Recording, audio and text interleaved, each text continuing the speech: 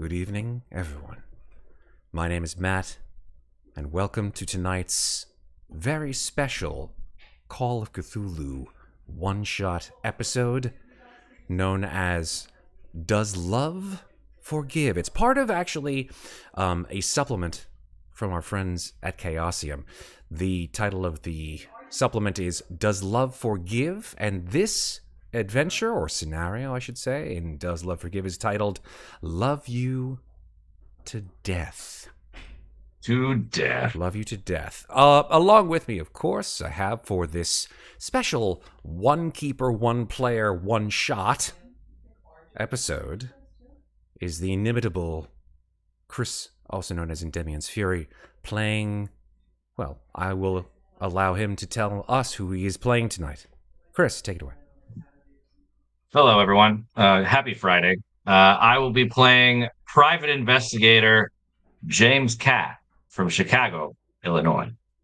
Indeed. Originally from New Hyde Park, but, there will be a lot of massacring of Chicago accents tonight, so for those of you in chat who are either around, in and around the Chicago... Technically, I was born there, Matt. Were you? So you'll be the one telling me the Chicago accent is absolutely horrendous. I didn't live there long enough to have one, but I know what it sounds like. It's hard. It's hard. It is it's hard. I was just practicing it all day today. Chicago. Walking around doing my Chicago accent. Yeah. The one that's really good is the SNL skit Da Bears. Mm-hmm. That was my research.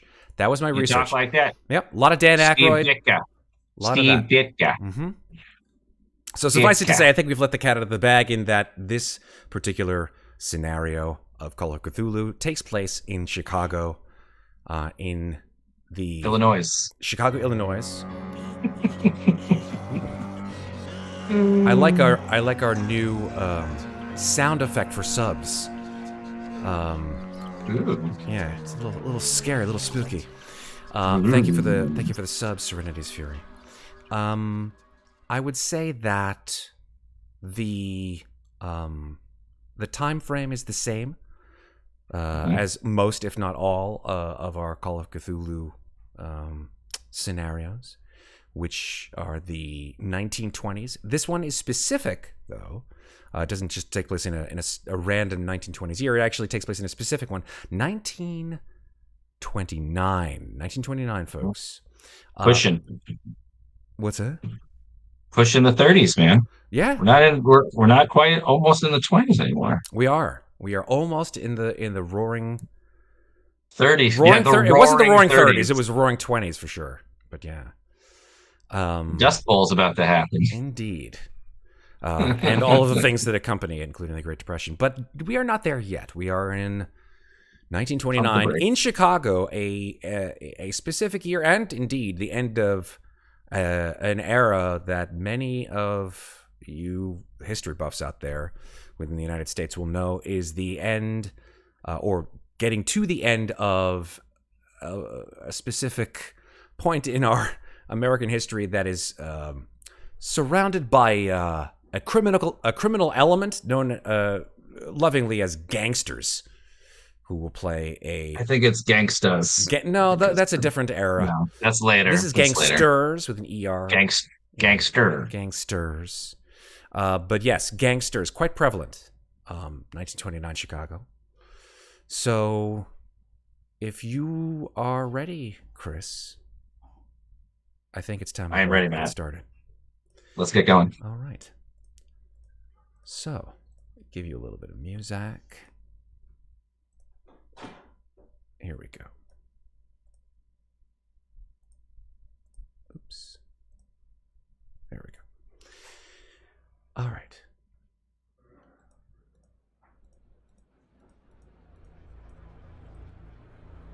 The year is 1929. The month is February, and the day is the 15th, the day after Valentine's Day. Those of you who potentially are extremely knowledgeable history buffs about this particular day, month, and year will note that it is the day after the inimitable St. Valentine's Day massacre that occurred in Chicago on the night of the 14th of February, 1929. As we see through the streets of this blustery February day, the night breeze is blowing drifts of snow through the air, gusting. People are wearing long winter coats, holding their scarves tightly to themselves, trying to keep the chill of the winter from fully inhabiting their bones and inhibiting them. We trail upwards where there is a window shut, but at that window is a young man looking out of it into the night street of Chicago. Who do we see?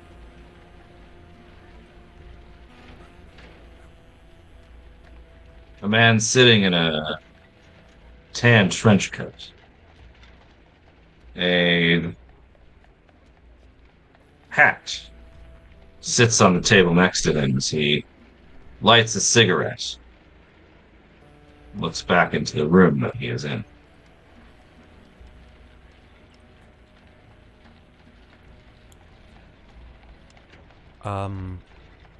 The room that he's in is a shambled mess of papers and newspaper articles, late bills, receipts, etc., etc., etc. It is the office of a single individual. It's too cramped to be an office for anyone else. But on this old oak desk, there is a small metal nameplate. And it says, James Carr, Private Investigator.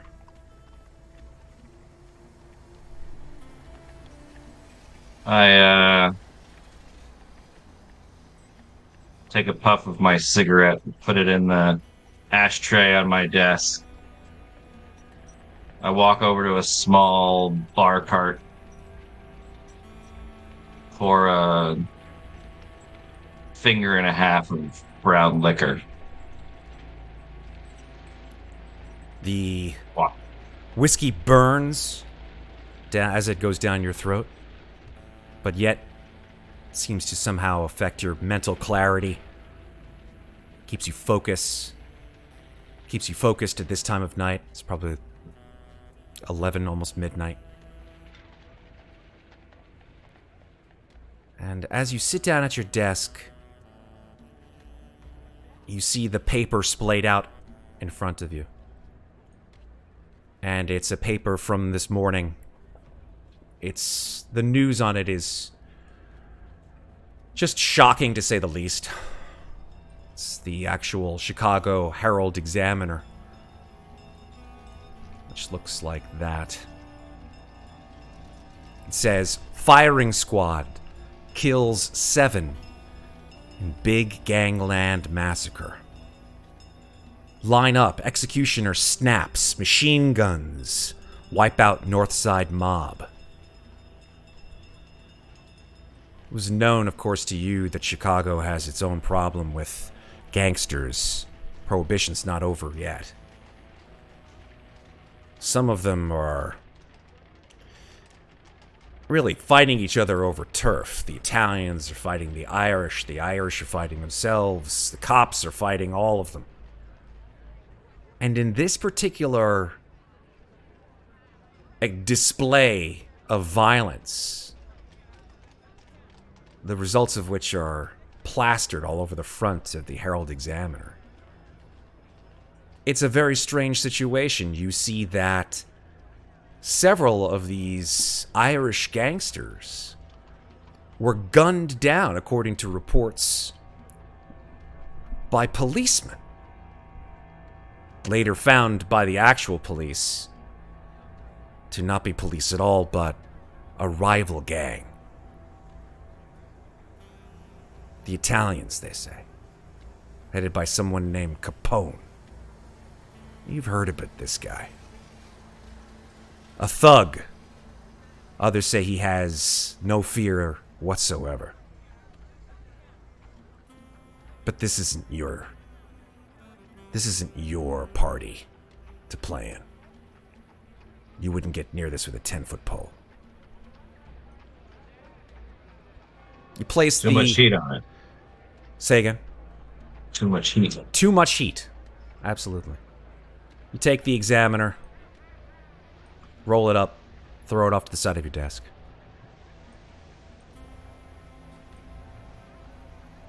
And you see underneath it a letter that you received a couple of weeks ago. You sigh. Another letter from her.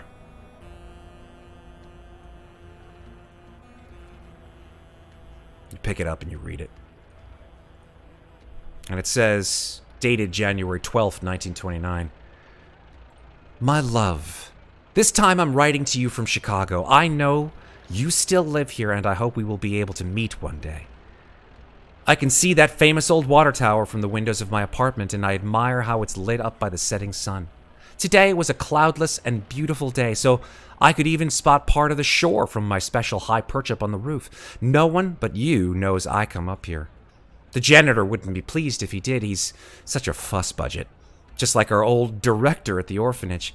Do you remember him? Someday I would like to share every sunrise and sunset with you.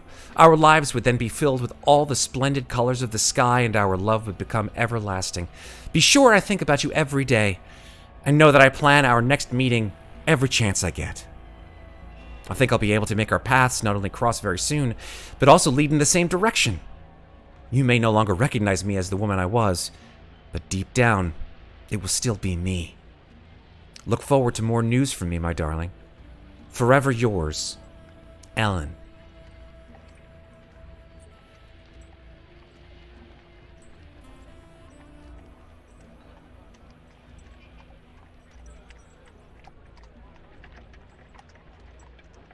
Strange. It's like she's never changed a day. As you say that, you pick up a photo off of your desk. It's an old photo, a worn photo. A photo of you when you were just a lad. Your memory goes back to that time of your life when it was you and Ellen and Hattie. All three of you at the orphanage. That photo of yours you've kept as a keepsake of a time of great innocence and remembrance in your life. You look at yourself smiling, happy, between two young ladies, probably no more than 13 or 14 years old. And although your garb was somewhat careworn, and although you had no parents to speak of, all three of you were orphans, you were happy for a time. Your mind traces back as you close your eyes. Try to relieve yourself of the messes that you've gotten in as you become an adult. And think back to that time 14, 15 years ago, perhaps, when you were just a boy at the orphanage. And what I would like you to do is tell us, if you wouldn't mind, what you see when you open your eyes. You are now 8 years old.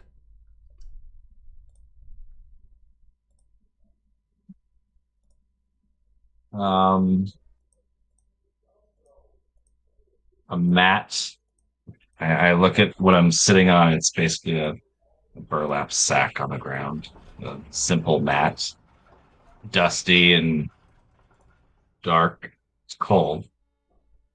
It's the top of a They put us up in the top of the orphanage, hoping that the heat would rise, but they never had the heat on. It's an old building, mostly wood, thatch, the barest bones of a roof. The strains of an Irish fiddler from next door come straining through the air to your ears. It's probably the only music that you and all the other boys and girls in the orphanage can hear for blocks around the old place. The neighborhood in which you folks, you kids, have been brought up in this orphanage is primarily Irish. Plenty of fights, plenty of very, shall we say, animated discussions between the immigrants who have come here maybe only 10 years into Chicago. And although your heritage is perhaps somewhat specious and unknown, as you don't know exactly who your parents were, you can assume that potentially they might have been immigrants. Your last name is Carr, that is for sure. You were delivered to the orphanage when you were 3 years old. Perhaps your parents didn't know what to do or how to support you. And they called you Jimmy. But Jimmy didn't seem to suit you, as everyone, including the director of the orphanage, called you James. And James it was. But being a little kid amongst a lot of big kids, sometimes James got into fights with other kids. And I think we see Jimmy squaring off in what you could only assume to be some kind of a bare-knuckle fashion that you might have seen amongst other Irish people on the streets. Squaring off against a very tall, freckle-faced, brown-haired kid with an enormous overbite. He looks down at you and says, "All right, Jimmy, let's see what you got." His voice cracks. He's probably about 13 or 14 years old. And he takes a swing at you. Make a brawl roll, but make it with a penalty die because you are only 8 years old. Then I roll penalty, right? Yes, please. Okay, so that's still an extreme success because that's the 10 die on a so that would make it either a, I mean, it's the exact same, so it's 0-2, 0-2. So yeah, it's an extreme success. Swing, bam. You knock this kid right in the face. His head knocks back, and it just sort of like comes back to normal position. Oh no! And I'm not even going to narrate the rest. You just get the lights pounded out of you, Jimmy. This kid stomps you. Everybody's screaming. Ah, there's a big commotion. And then out of nowhere, a young girl runs up. She's probably a little bit older than you are. Runs up and jumps on this young thug's back and begins to just pound and pull and bite and everything she possibly can. And within a matter of seconds, this youngster is on the floor. And she says, "Now just get out of here. Get out of here and don't you ever touch him again." The young man spits on the ground, says, "We'll be back. We'll be back for you." The young girl turns to you and offers you a hand up. I take it gracefully and smile at her and say, "I could have taken him." I'm sure you could. She smiles at you, knowing that you are absolutely lying through your teeth. Whatever teeth I have left. You still got most of them. Do I have? Did I lose any? You didn't lose any. You still got a very charming smile, even though you are kind of a little bit of a shrimp, at least for your age. Hey, I'll grow. You will definitely grow. And in fact, you do grow. The two of you grow together. Her name, as she introduces herself, is Hattie. She's a little bit older than you. She's probably a year or two older. And as you grow together, you play together, you argue together, You play games of all sorts together. You hide, you seek, you play around and hide from not only each other, but from members of the staff who you don't find Obviously, to yes. be in any way, shape, or form. They're not in control of you. You're in control of yourselves. Damn straight. At nighttime, she'll wake you up after curfew. The two of you will sneak out the window and roam around the neighborhood, look up at the stars at night, dream about what you'll do when you get out of here, when someone comes to adopt you. She brings around, even though you're probably about 11 or 12, she brings around a bottle of some kind of a brown liquid. She says, I got this from one of the grown-ups. Don't tell anybody about it. She hands you a small glass. I don't know, but when they had some, they seemed to be really, really fun. It smells something It awful. smells like what they put in those new cars. I don't even understand. But, I mean, why not, right? Bottoms up. Bottoms up. She clinks her small cup, and you guys drink, and almost immediately, just spit. Huge spit take. Oh, that was awful. What is that? I don't even know. My tongue's on fire. Shh, quiet. You don't want to wake him up. Be quiet. And the two of you giggle into the night. As the two of you become fast friends over the years that bring you into your teenage, your teenage years, you've come to play a little game with each other. Mind, as one comes to understand, is much more important than brute strength. You spend much of your time trying to outwit each other because it is the wits that make the person, not clearly, force. And so it is because of that you play little riddles with each other. Hattie will take a riddle, and she will take a piece of the bathroom tile off the wall in the bathroom, and she'll stuff it behind the tile, and she'll cover it up and wait for you to pick it up.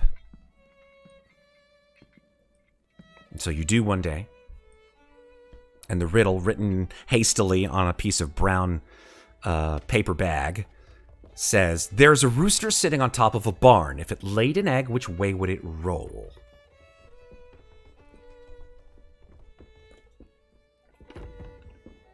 Roosters don't lay eggs. She smiles when you get it. She says, you're getting better. In the beginning, you stunk. She gives you a little punch in the shoulder. Ow. Oh, please.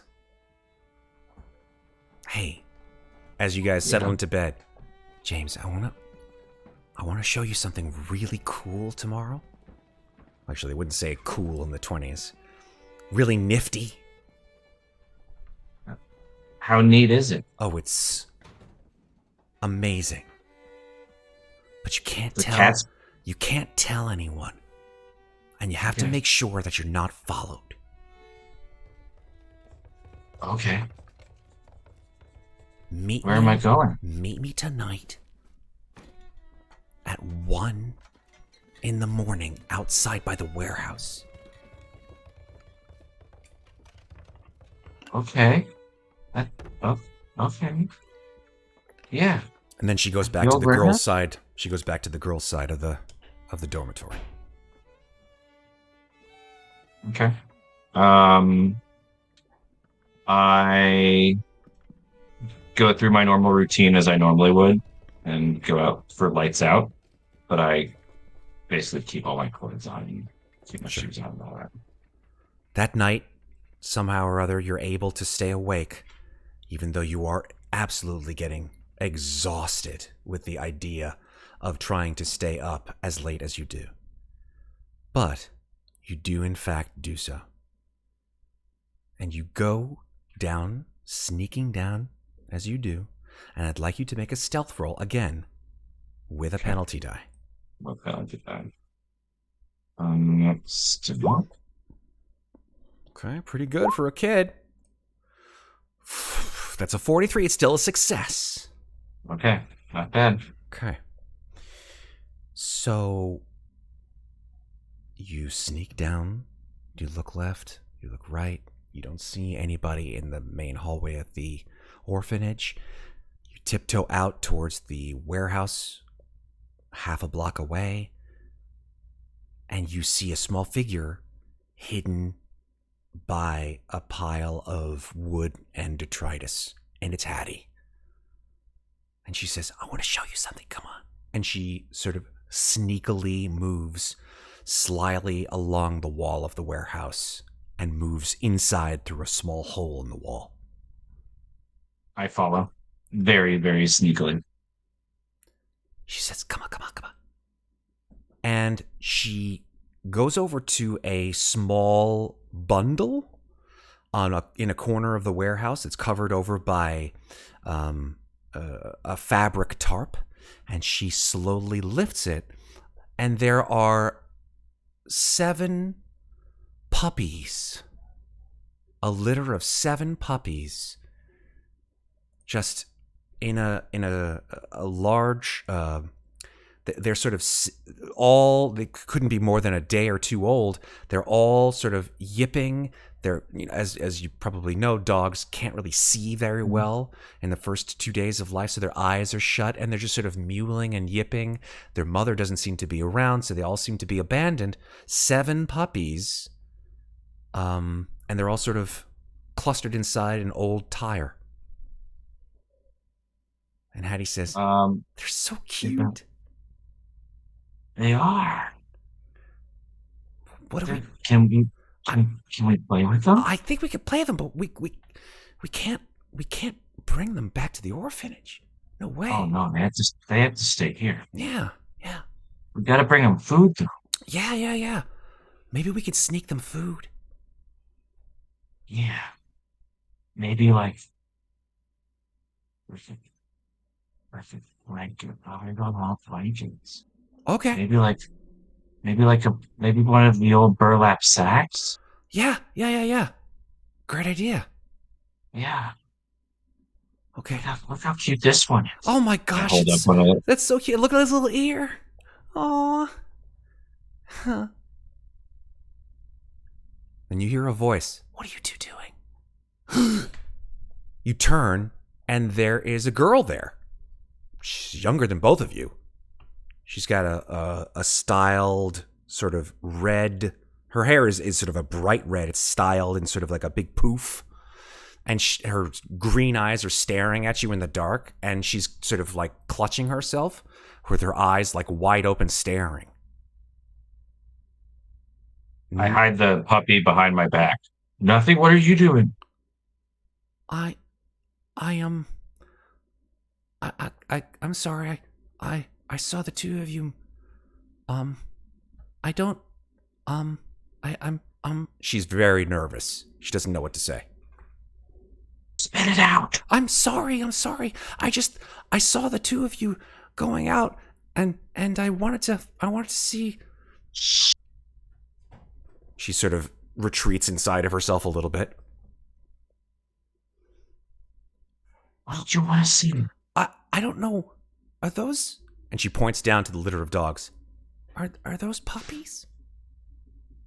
I looked at Hattie. Well, the puppy's out of the bag now, I guess, Jimmy.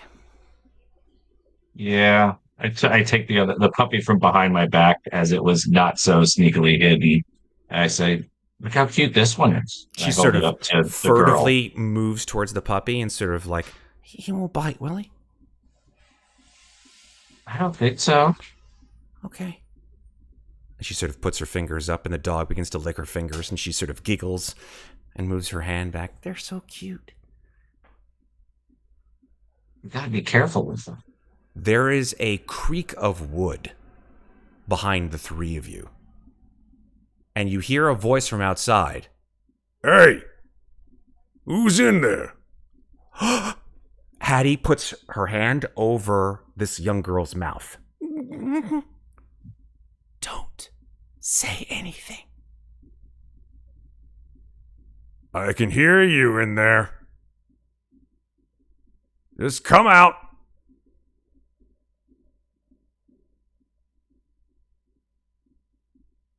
All right, I guess it must be me and my imagination. You hear the sound of creaking wood and the sound of footfalls.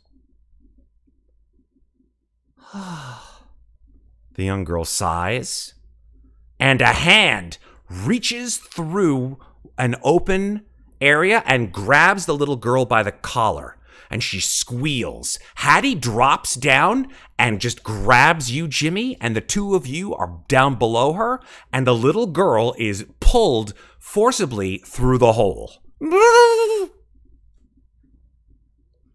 I knew it was you.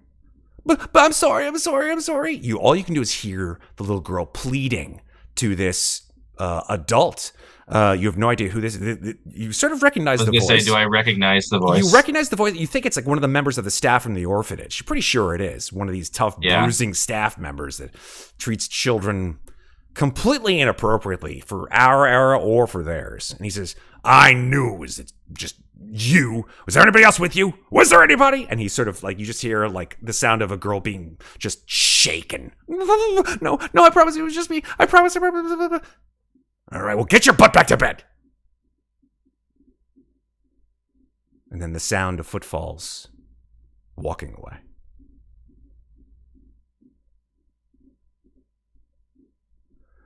That was close. That was close. Oh my gosh. That was close. That was super close.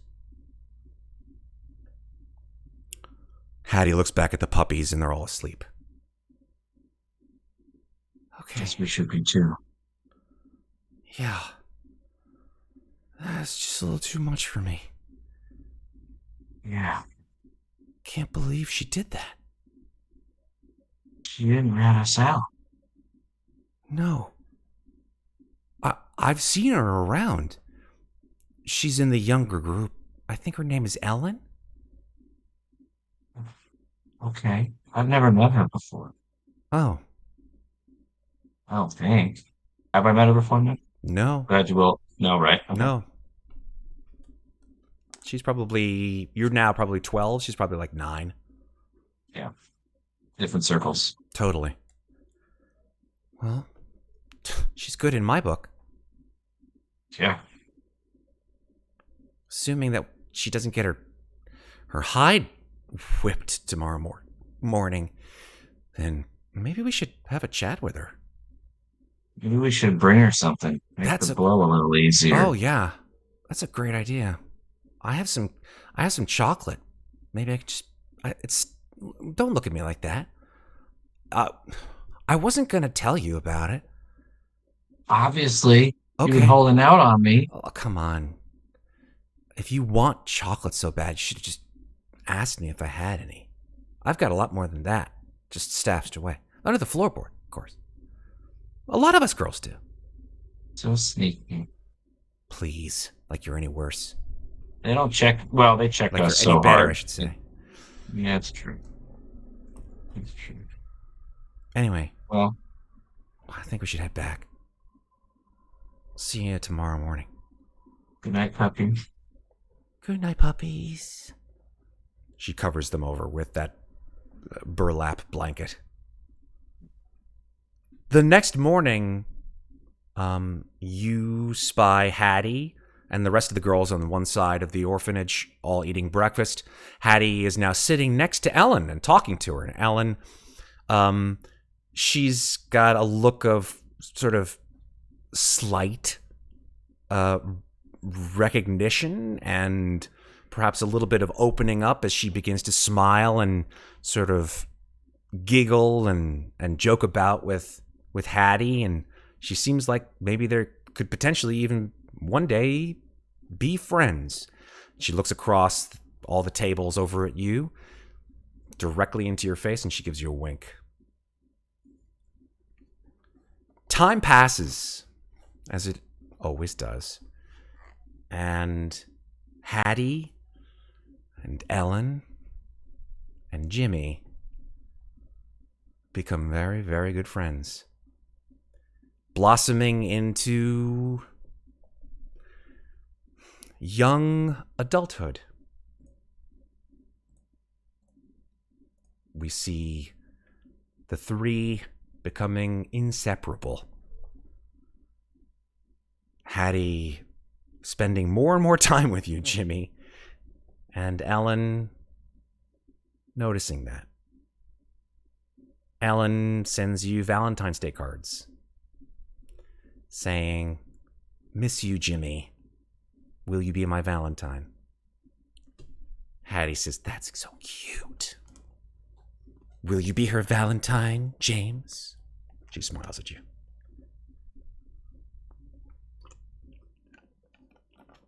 Over time. Yeah. Over time, teenage love blossoms, or at least it does for Ellen.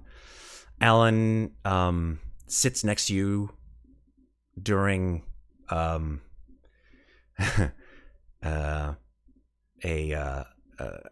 sort of sneakily renditioned children's play of down in the basement of the house, of course, supervised by the staff. And then she sort of puts her head on your shoulder,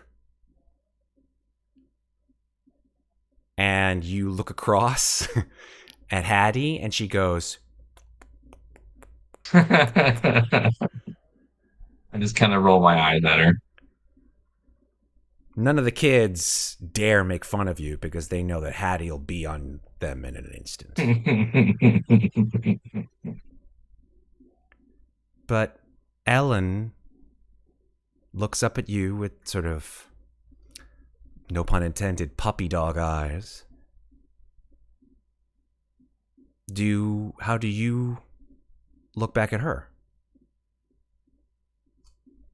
As a very good friend. Girls have a sort of sense for this stuff as they grow into their teenage years, that the feelings that they have being for sure more mature than boys, no matter what your opinion is. I can tell you for certain that girls are much more mature Here. than boys are as children. I think Ellen senses that you do not have the same feelings for her as she does. And there are times where, year after year, you get the same Valentine's Day cards and they become a little bit more terse and brief. "Be my Valentine, please," they say. "Don't you love me? Please be my Valentine." One day, when you're about 15 and she's about 13, she and you are sitting. Hattie walks away to get a glass of water, and she attempts to kiss you. I try to stop her. Am I able to? What do you do? I try to step away. The look of anguish on this young girl's face is absolutely heartrending. Her eyes well up with tears. She looks around, absolutely embarrassed. Hattie comes over with a glass of water, and Ellen just runs, screaming and crying, back into the orphanage. Hattie looks at you and says, "What happened?" She tried to kiss me. "Well, did she?" Well, no. You're such an idiot, James. Why? What did you say to her? Nothing. So... Oh, wow. This is gonna take some doing. I don't even... The two of you sit in sort of stunned silence a little bit. As Hattie says, Listen, I didn't even know, really, how bad it was. But I think Ellen really fell for you, James. She likes me. No, I mean more than likes. Like the big LOVE, You James. think so? Oh, I know so. I'm a girl. I know this kind of stuff, James. Ellen's nice, but Okay, James, you're an idiot. Oh man, what are we gonna do? This is bad.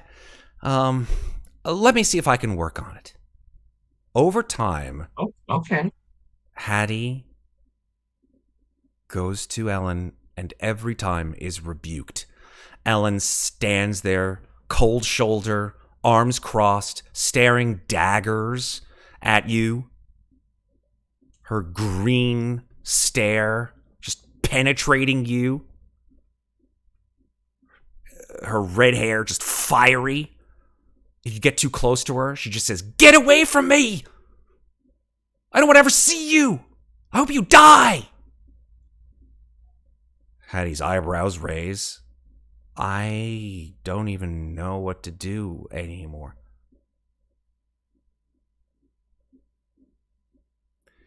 Eventually, Ellen, at the age of 16, is adopted. You're 18 and you're put to work in a variety of places because you haven't yet been adopted, and who knows if you ever will. You begin a trades apprenticeship. Hattie does the same, but Ellen disappears. Occasionally, you receive letters, no return address, to you from Ellen, speaking about how she misses you, she wants to be with you, she hopes that one day you will find each other again.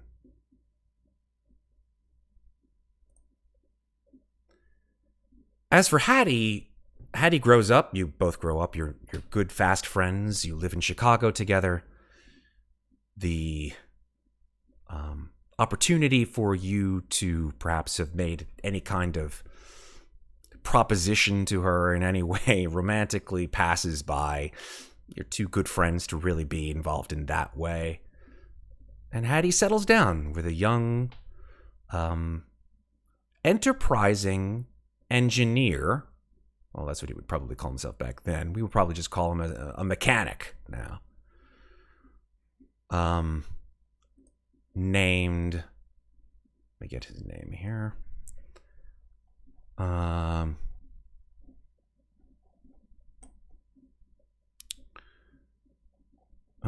What's his name?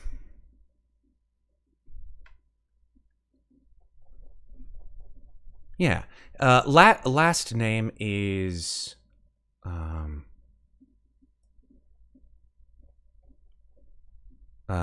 May. First name I'll get to soon. Originally, her yeah, I'm pretty sure I'll get his first name very, very soon.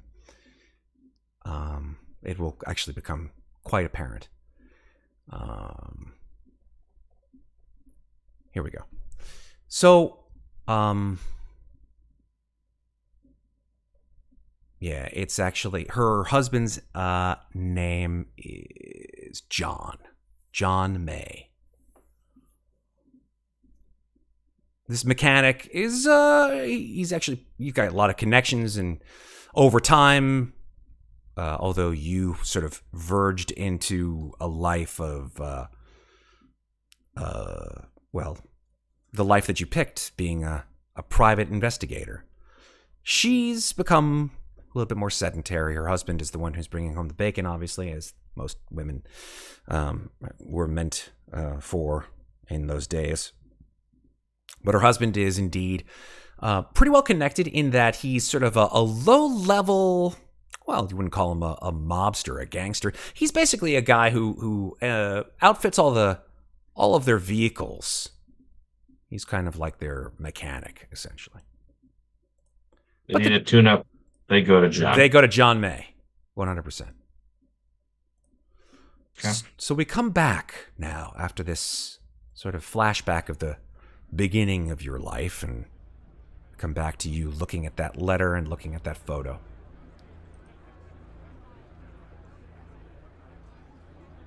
And you sigh as you look out the window again. Swig of whiskey. Take another swig of the whiskey, and there's a knock on your door. It's 11 o'clock at night. It's pretty late. I look at my watch. I open my side drawer of my desk. I grab a small snub-nosed pistol out of it and just tuck it into my vest pocket. Walk over to the door, unlocking multiple of the locks, but keeping the chain lock still secure. I crack open the door. Crack open the door and you see a familiar face. This familiar face is Hattie James. Now Hattie May. And she's got tears in her eyes. I flip open the chain and throw open the door. What are you doing? I'm Come in. She can barely speak. I take her by the shoulders and I quickly close the door, locking all the locks behind her, and I lead her to a armchair right near my desk. She sort of collapses into this armchair. She takes her cloak, or coat, I should say, off and sort of tosses it aside. Yep. And she says, "I just didn't know who to go to. I didn't know who to go to. I need help, Jimmy." What's going on, Hattie? I'm sure you've heard about the news. I mean, who hasn't? I just kind of gesture towards the paper on my desk. Yeah, I read what they're saying. Pretty bad. Yes. And she just grabs like a handkerchief and just begins to bawl into it. John wasn't involved, was he? Oh, God. Oh, she just Hattie. loses it. She begins just like absolutely crying her eyes out. I go over to the bar cart and I pour a little whiskey. I bring it over to her. I hand her. I hold out the glass and I say, "Will this help?" Oh, thank you. She takes it and begins to sort of, with shaking hands, just bring it to her lips and just sips it. Just breathe. Just breathe. Oh, God. I sit on the arm of the armchair and put my hand on her back. Okay. Thank you. I didn't know where else to go. John was such a good man. I didn't know that he was connected to the North Side gang, and I didn't know that he was part of Bugs Moran's whole entourage. The whole idea of it is just abhorrent to me. Well, everybody's got their secrets, Sadie. Yeah. Well, what's worse is Highball's gone.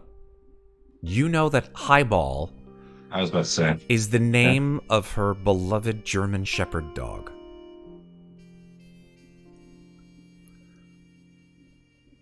It was so strange for John to take Highball to the garage that day, but for some reason Highball wouldn't let him out of his sight, and then there was all that horrific murders, and then the police came, and they didn't want to say anything, but they told me that they couldn't actually get him back. They couldn't give him back. They have him at the garage? No, they have him in the police department. I went down there, and I tried to collect him, but the desk clerk refused to let me even see him, and told me that they were planning on putting him down soon. Now, just a second. I can go on down there and talk to him. Who'd you talk to down at the precinct? I don't remember their names, but they were very rude, and they said that Highball became very aggressive after the scene, and he attempted to bite several of the responding officers, and I don't understand how Highball could have that kind of behavior. For the most part, he's always been such a friendly animal, even with strangers. I know a guy down there. Let me go talk to him. I'll get you talking. Yes, that's right. You know that officer. What was his name? Sikarsky, I think it is. Sikarsky. It's a Polish name. Yes. Sikarsky. Yeah, Sikarsky. It's almost like that. It almost sounds like a song. Officer Sikarsky.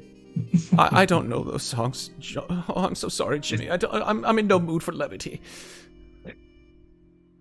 Sit. Relax. Do you need a place to stay? You can stay here. It's not... And I kind of look around and say, it's not exactly the Ritz.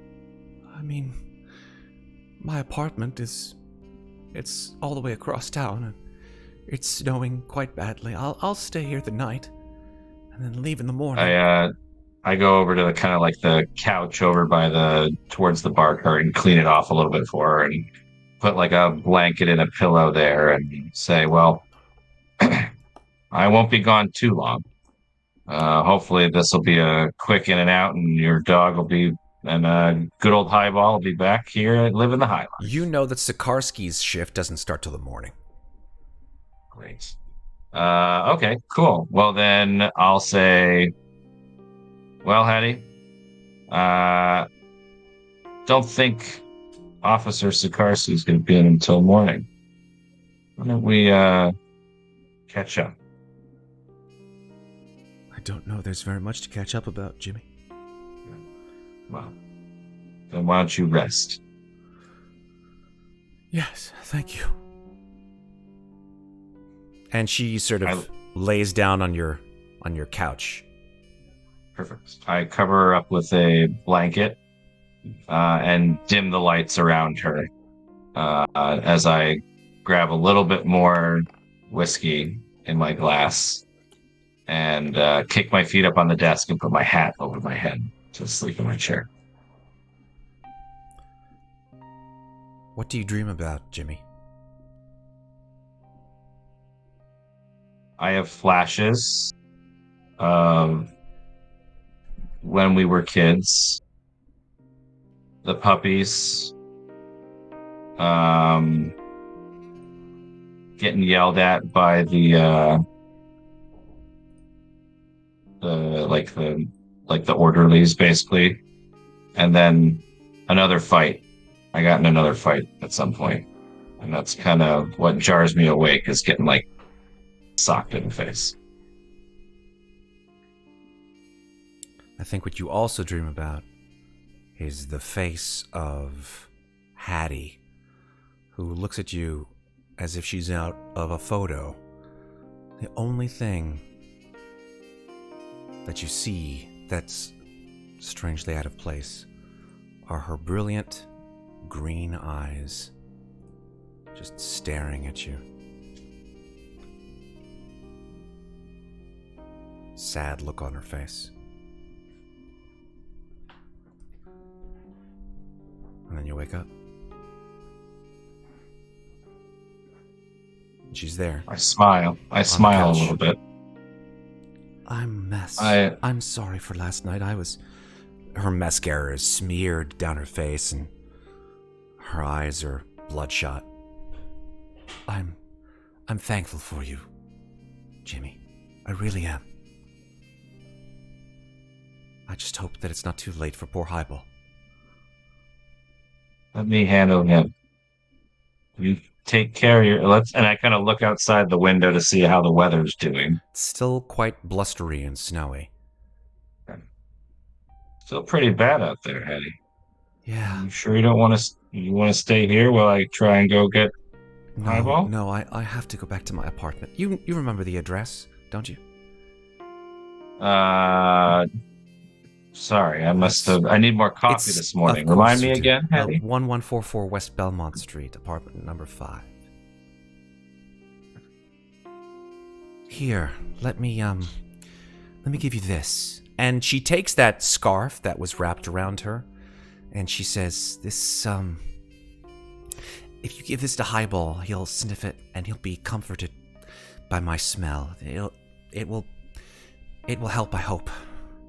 Calm him down. And just in case that horrid man at the front doesn't believe that you're here and in my behalf or on my behalf, take this." And she takes a photograph out of her purse and gives it to you. And that photograph is of her and this really gorgeous-looking German Shepherd. You recognize it immediately as Highball. Just in case they're making sure you're not there to steal my dog. You can see his name, Highball, right there in the picture. You sure can. Thank you, Adam. I'll wait for you at my apartment. Do you need me to call you a cab? That's quite all right. I'm more than capable of doing so myself. All right. Well, just in case. I go over and I pick up the phone, quickly ask the operator and get her a car to be able to, come to whatever my address is. 750 Wacker. Are you calling an Uber? Like, what? I didn't even... You could just hail a cab, You can do the old-fashioned... Yeah, but it's snowing outside. You got like a limo service on speed dial? No, you do the operator and you call the cab company, Matt. I don't know. This is 1920. Yes. Okay, just making sure. Yeah. All right. You can call the cab company. Operator? Yes, give me Leafstone 57253. Exactly. Yeah, I get you. Exactly. Okay. Yeah. Fair enough. Very She's taken care of. I take my I put on my overcoat, or my jacket, my overcoat, my hat. I tuck her scarf into like my inner jacket pocket. Put my hat on, wrap up my scarf, and kind of make sure she gets in her cab, and then I head towards the precinct. Okay. The winds pick up as soon as you leave.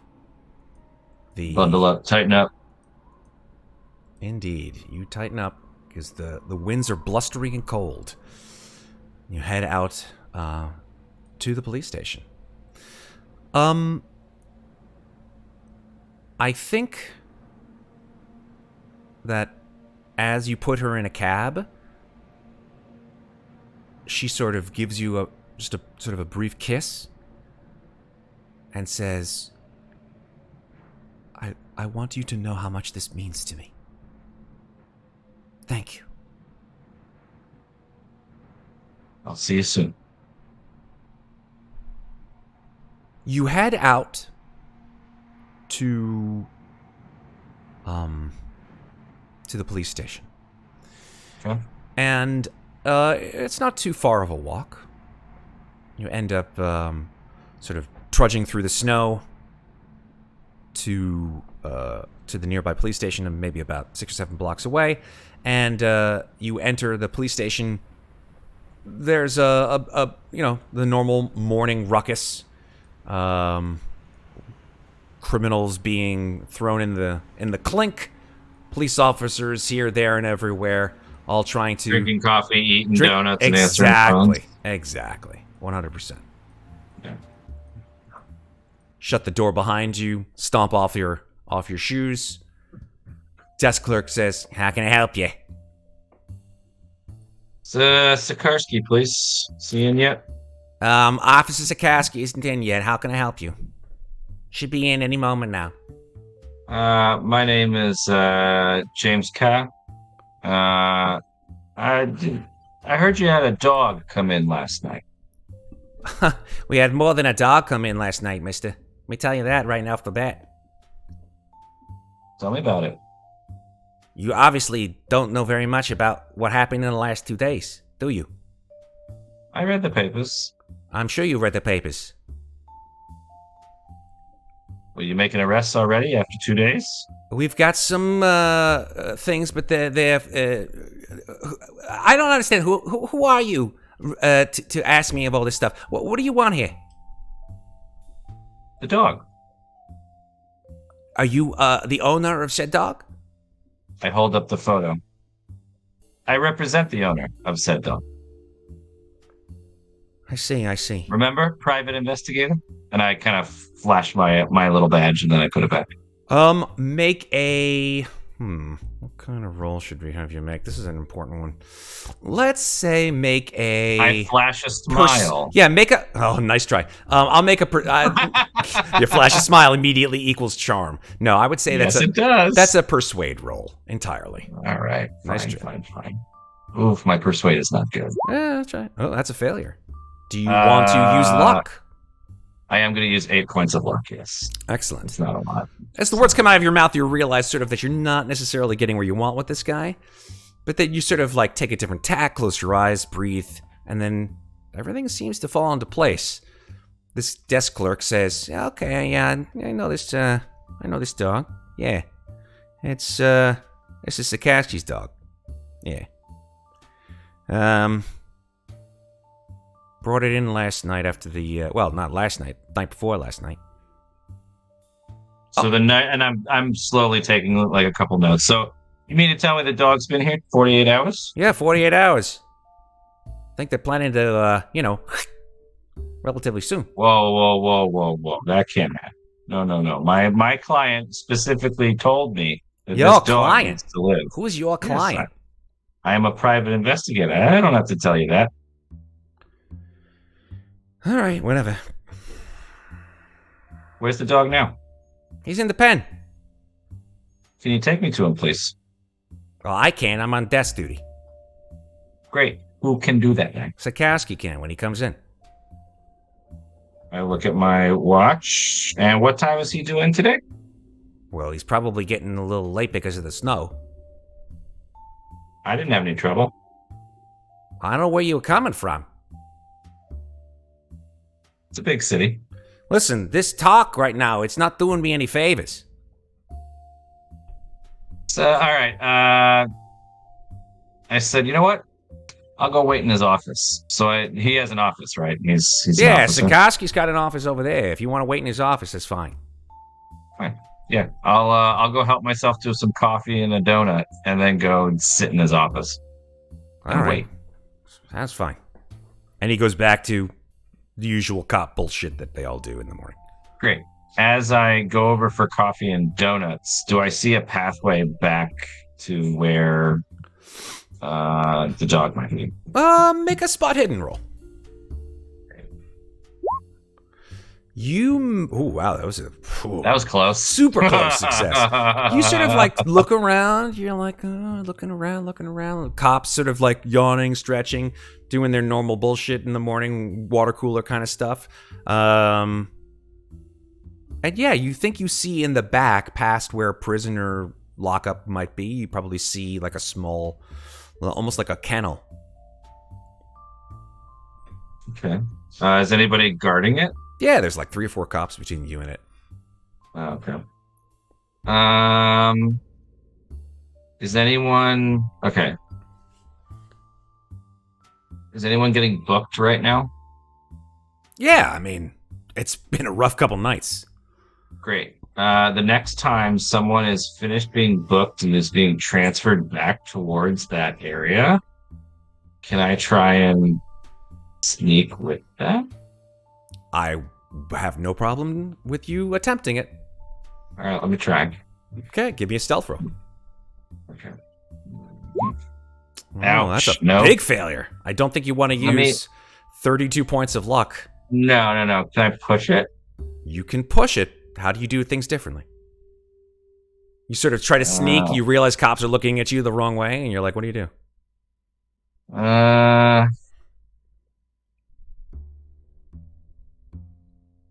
No, okay. No, I'm gonna wait. Okay. I'm gonna be good. Yeah. I'm gonna be good. The cops give you they kind of give me the side eye, and I just gotta dip my donut in my coffee and go, just looking around. Go back towards the office. Yeah, like I was saying, Hanny, let me tell you, them bears, they are the worst. I don't understand. Now, those cubs, let me tell you, those cubs, they are something.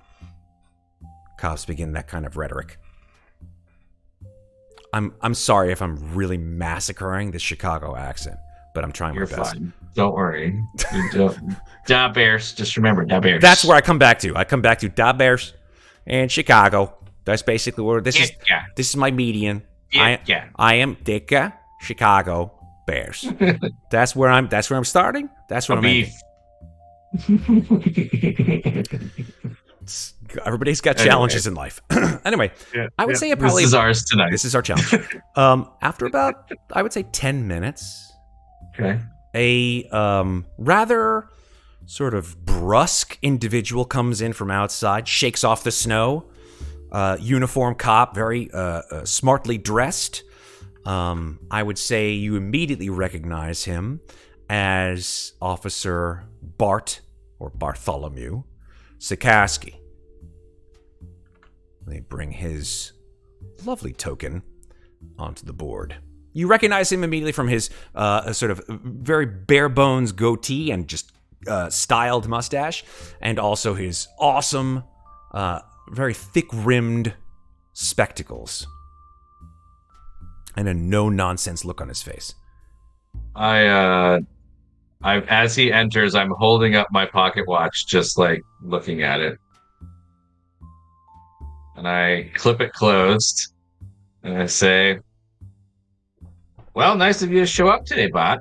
That's very funny for you, Jimmy. How are you? Good to see you. I'd be happy. You as well. I'd be doing better if you'd do me a favor. Oh, another favor for the famous Jimmy Carr.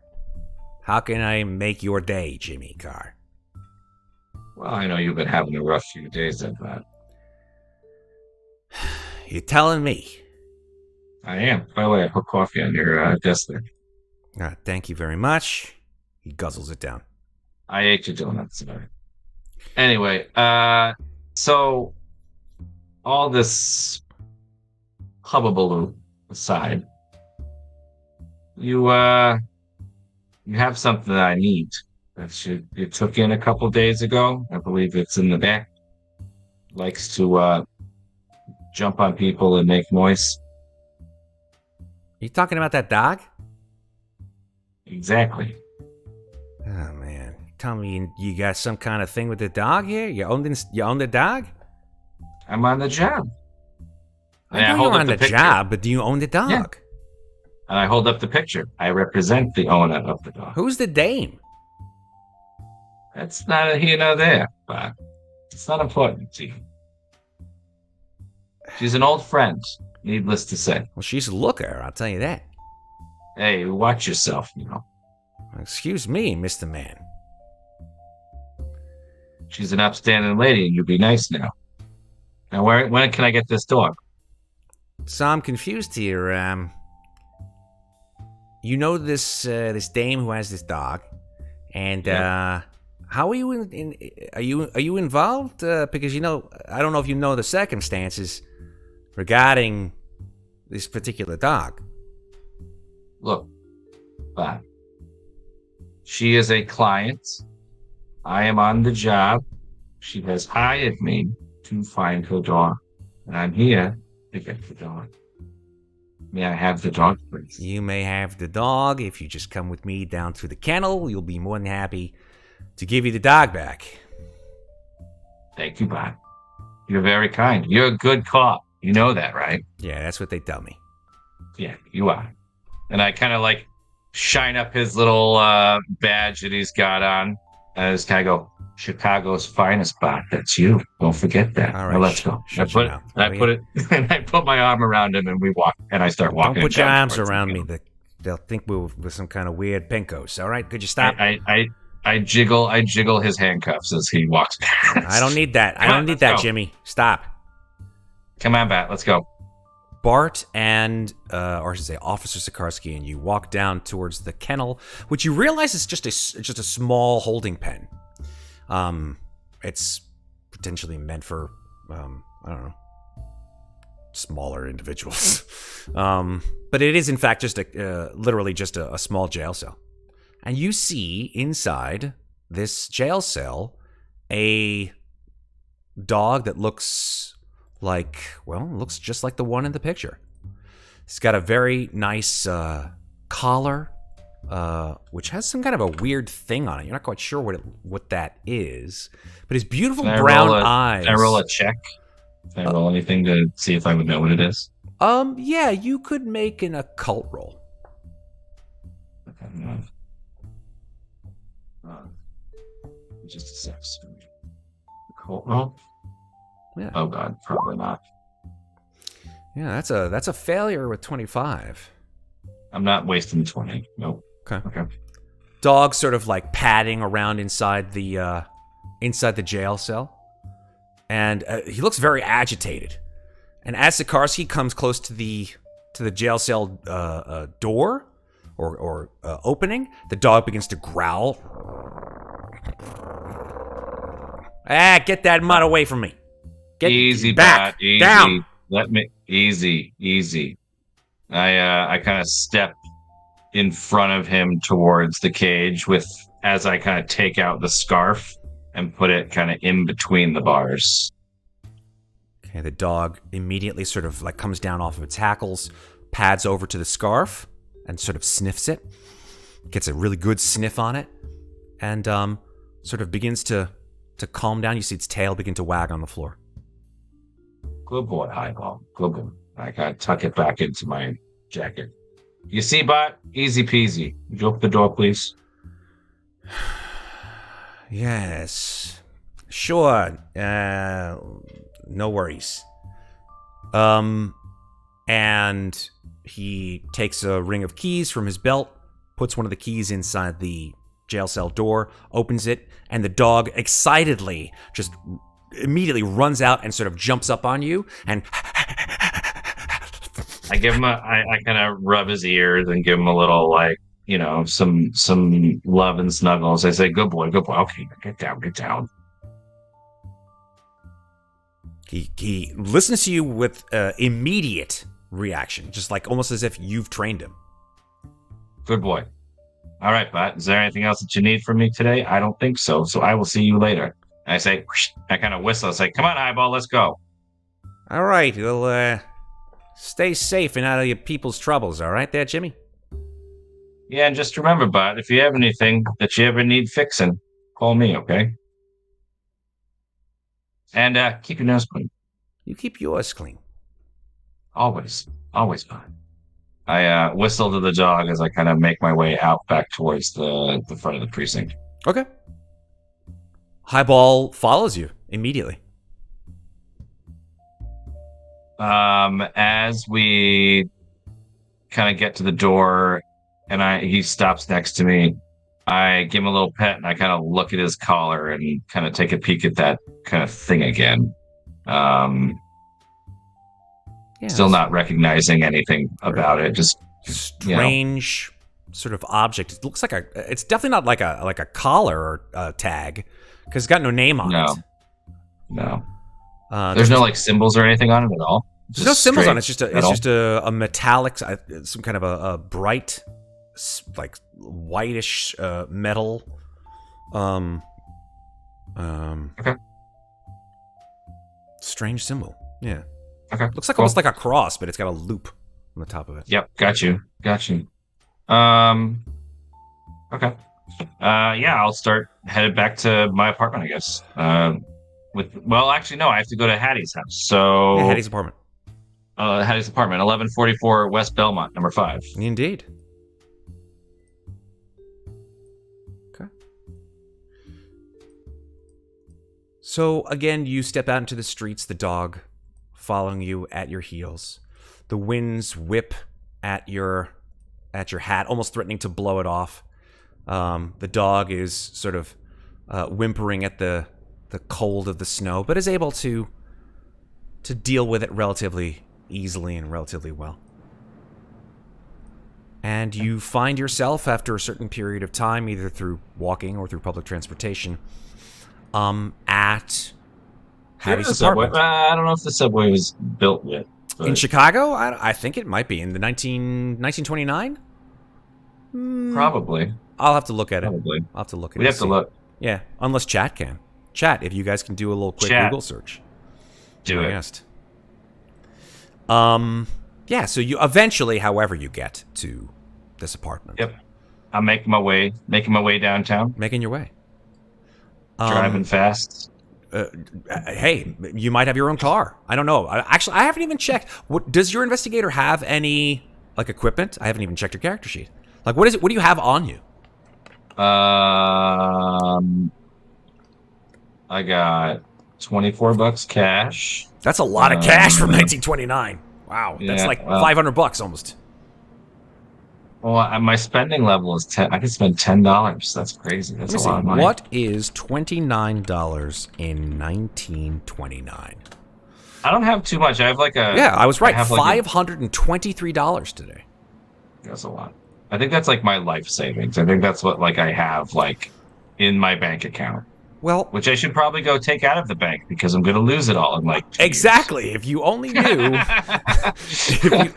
Well, the stock market crash. I think the stock market crash of 1929 happened already.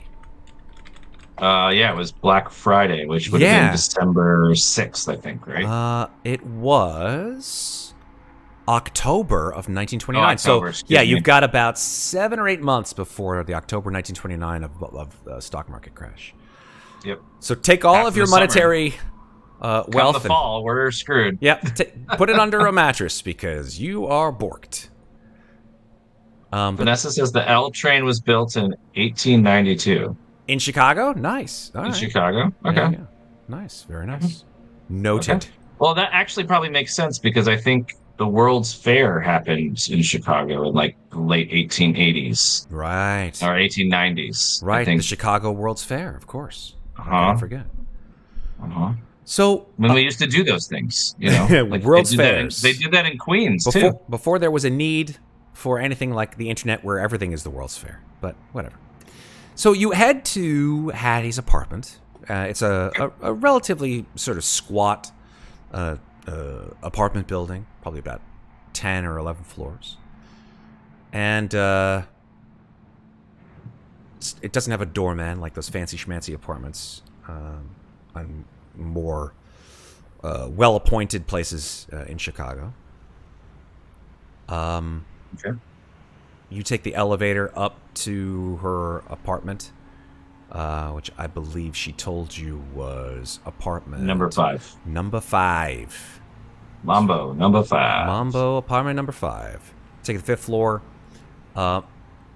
There is along a hallway, at the end of which is that door to her apartment, and Highball begins to whine.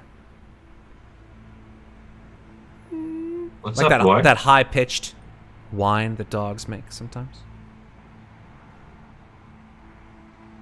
Yeah, I got you. What's up, Highball?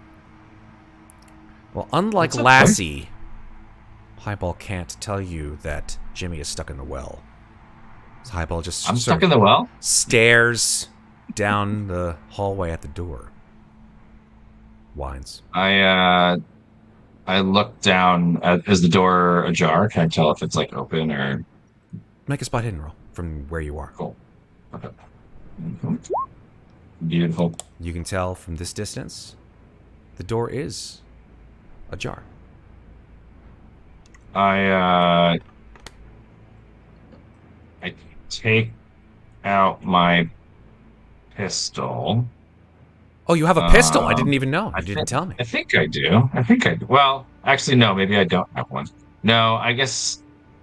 I mean, I would love to have one, but I don't think I do have a handgun score.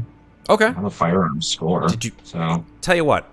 If you don't have a handgun, I'll say that you, as an investigator, I don't know if you use the template or not, but the investigators usually have some kind of gun. They were licensed to have firearms back then. I did use the template. I mean, I just don't know if it gave me any like items or anything. Probably not. No. But I'll tell you what I'll do for you. I'm going to go ahead and open up your character sheet. Okay. In Roll20, and I'm going to just drag from the compendium, which you can do, Oh, cool. a 32 revolver, Colt revolver, Oh, cool. which is probably what you I'm- folks would have, either a police revolver or something akin to it. Like a snub nose something. Yeah, exactly. So I'm just going to go into Little six shooter. exactly. I'm just going to go into the character sheet, hit edit mode, go into the compendium. I see it. I see you doing this. I'm sure you see. Chat doesn't, but that's okay. I'm going to type in the word revolver in the compendium. There's a whole bunch of revolvers in the compendium: 32, 41, 44, 45, 9mm, etc. And I'm just going to grab the 32 revolver. Oh, yeah. And just drag it on into your combat area, and that's going to give you a 32 revolver for your weapons. Oh, dude, that's so cool. I didn't realize you could do that. Oh, absolutely. That's so great. And then once you do, you take off edit mode. When it gets to combat, if you ever get into combat, all you do is click on the 32 revolver, assuming that you don't want to fight someone with your fists, and you will be able to pew pew pew. Yeah, cool. It works. Get that fail out of the way. Good job. Get that fail out of the way. You're like, click, click. Oh, you're dry firing it. That's fine. Ash, I gotta load it. Shit. You gotta load it. Important. All right. So, you look down at the door. It's open. You take out your 32. I give Highball a command to like come around the back side of the door and just stay. Okay. Stay. You put your hand down, stay, and that sort of same motion that you probably would normally tell Alka. The dog sort of sits on its haunches. Shh, shh. I kind of give it a little, and then I grab the door handle. As you grab the door handle, a door opens to the side of you, and an old man's face sort of peers through the door's frame at you. Are you the police? I am. Now get back inside. Oh, make a. What happened? Well, this is. Are you a police? You are not the police, right? Yeah, no. I mean, I'm a private investigator. You are a private investigator. I would say make a persuade roll. Nope. All right. Fumble. Oh no. Oh Lord, that's a 98 over 10. He goes, "If you're a police officer, may I see your badge?" I flash my badge. You do not have a badge. I have like a. Don't I have like a thing? Like a. I don't know. What, Okay. like Magnum PI? No. Yeah. You probably have like something that's like got your name on it, but it's not. I have a business card. You have a business card. That's exactly what you have. You do not have a police officer's badge. I handed my business card. 100%. You hand him the business card. He goes, "Oh, you're a private investigator. Oh, that's well, perhaps you could tell me what you're doing here." Mm-hmm. Perhaps you could tell me what happened. I don't understand. What do you mean? Why is this door open? He looks at the door. I don't know. Get back inside. I'll deal with you in a few minutes. Gives you a look like young whippersnapper. He shuts the door. Lock your door. I look over at the dog. Dog's just looking at between you and him, just like, hmm? And I just go, neighbors. So I go and I slowly peek into the apartment. Okay. You look inside the apartment. There's nothing out of place. Really? Yeah, there's nothing out of like. It doesn't look like the place like. Not been ransacked or anything like that? No. Okay. I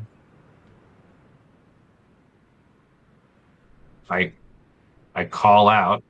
I say, Patty? No response. I listen for any movement. Make a listen roll. You don't hear anything. What's the layout? Yeah, the layout's. I mean, it's like a tenement apartment. It's like one of those. It's like some French doors back into like a bedroom, maybe like a kitchen in Yeah, the same room kind of absolutely. thing. Absolutely, yeah. Okay. There's like a Um. writing desk, a kitchen table. The phone rings on the side. Obviously, nobody picks it up. Oh, the phone was actually ringing. Okay. Yeah, phone rings. Uh. I kind of look through the. I come into the apartment and I look towards like the double doors and is there glass or is it like full wood? It's full wood. Okay. So I can't see into that next room. No, you cannot unless you Okay. open the door. I'll go and open the doors. Okay, open the door. It's a bedroom. Anything in there? A bed, several side Yes, tables, lamps, obviously. Yes. A dresser. makeup table, dresser. Yeah. Nothing's out of place. No, there's nothing's out of place. There's a purse on the bed. Do I recognize it as the purse that Hattie had with her earlier? Yeah, same one. Is there a bathroom in here? There is a bathroom. Yeah, Is the door open or closed? it's closed. All right. I go and knock on the bathroom door. Hattie, you in there?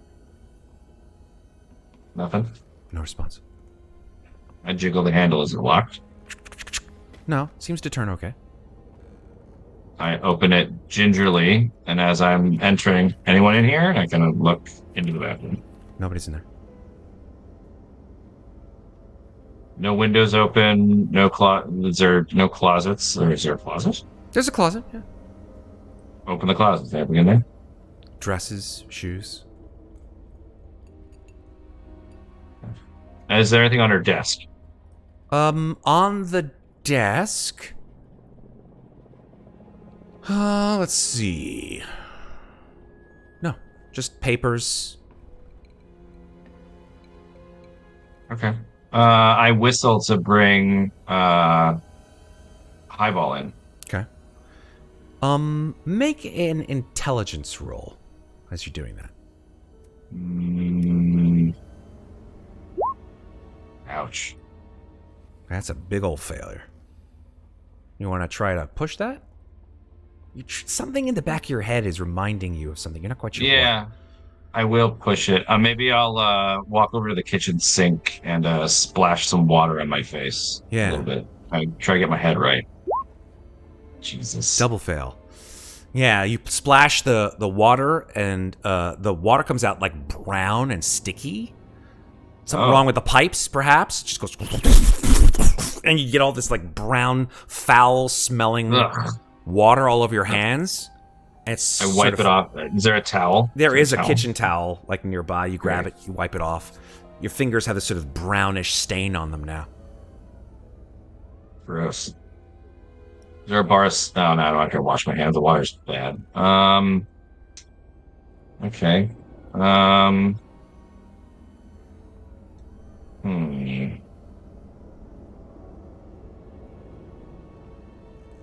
Not there. All right, I'll go knock on the neighbor's door. Door opens. Yes, hello, young man. Yes. What's your name? What's your name, sir? My name is Mr. Brody. What is your name? Oh, I'm sorry. And he takes your card. James Carr, private investigator. That's right, Mr. Brody, is it, right? Yes. Great. All right, Mr. Brody. Did you hear anything strange this evening coming from the apartment next door? No, I didn't hear anything strange. What made you come out of your door? Oh, there's been quite a lot of foot traffic on the So hall this morning. So you heard something. Oh no, I didn't hear anything. I saw that young woman, Hattie May, over there, apartment 5. She left perhaps an hour or so ago with some dark-haired woman. Didn't recognize her. She seemed somewhat distracted. Didn't reply. He points across the hall to apartment number 3. Mr. Brody lives in apartment number 4.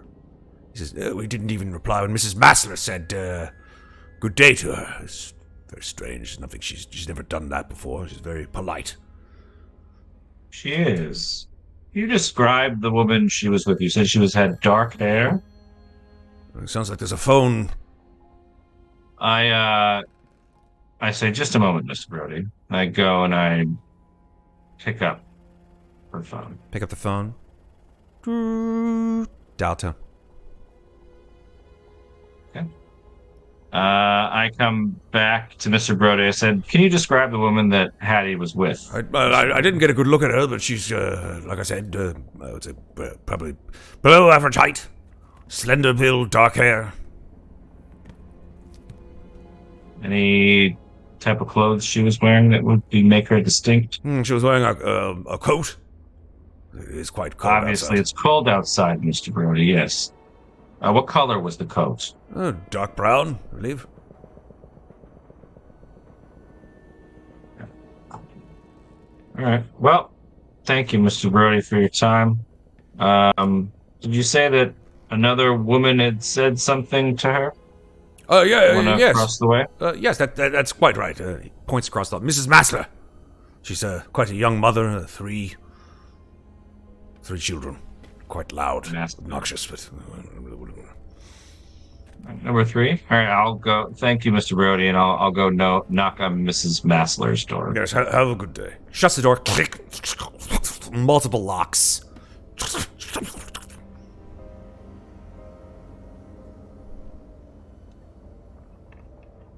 Knock, knock, knock, knock, knock. Who is it? Ma'am, it's a private investigator. Hear about some disturbances in your building? Door opens slowly. A young woman, careworn face, blonde hair in a bob, sort of looks at you from behind the door. She sort of opens the door slowly. You see that she's wearing sort of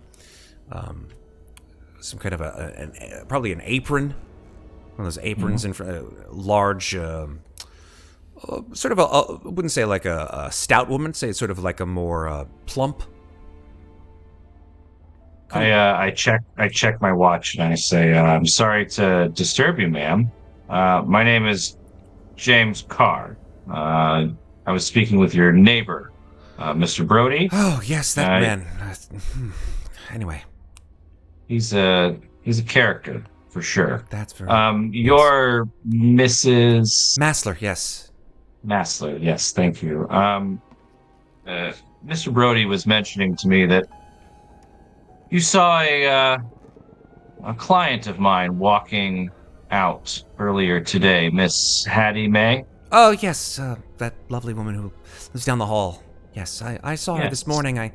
I noticed that she was with some very, very pretty woman. Didn't really know who she was. She sort of walking arm in arm with her, and arm in arm. Yes. Interesting. Yes. So they knew each other. I mean, I assume so. I did wish her good day, and she didn't respond, but that was very weird. Could you describe her friend to me? I didn't see very much. She walked out in quite a hurry. She had brown hair, sort of a little bit coiffed, I would say. Very sort of pleasant bone structure, very very pleasing. Very nice makeup, I would say, especially around the eyes. Dark makeup. Didn't really see very much beyond that. A very pleasant lipstick, I would say, as well. Yeah. I get a good look, huh? Yeah, I got as best a look as I could. I mean, we ladies tend to have a little bit more of a discerning eye, I would think. I think that's fair to say. Any other discerning features besides her good bone structure and pristine makeup? I don't really remember all that much. She was looking down at the ground quite a lot as they passed, so no. Well, thank you so much for your time, ma'am. If you remember anything else, please don't hesitate to call. Certainly. And I hand her one of my cards. I have lots of them. James Carr, private investigator. Okay, thank you very much. Have a nice day. Thank you. Shuts the door. Too. Phone goes again inside her apartment. Caddy's apartment. Go and pick it up.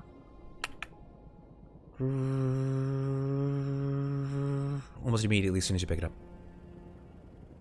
I pick up the phone and I dial the operator. Chicago operator, how can I help you?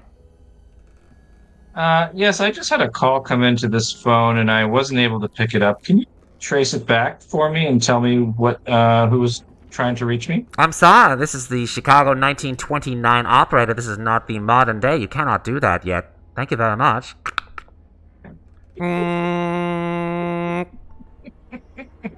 Nice try.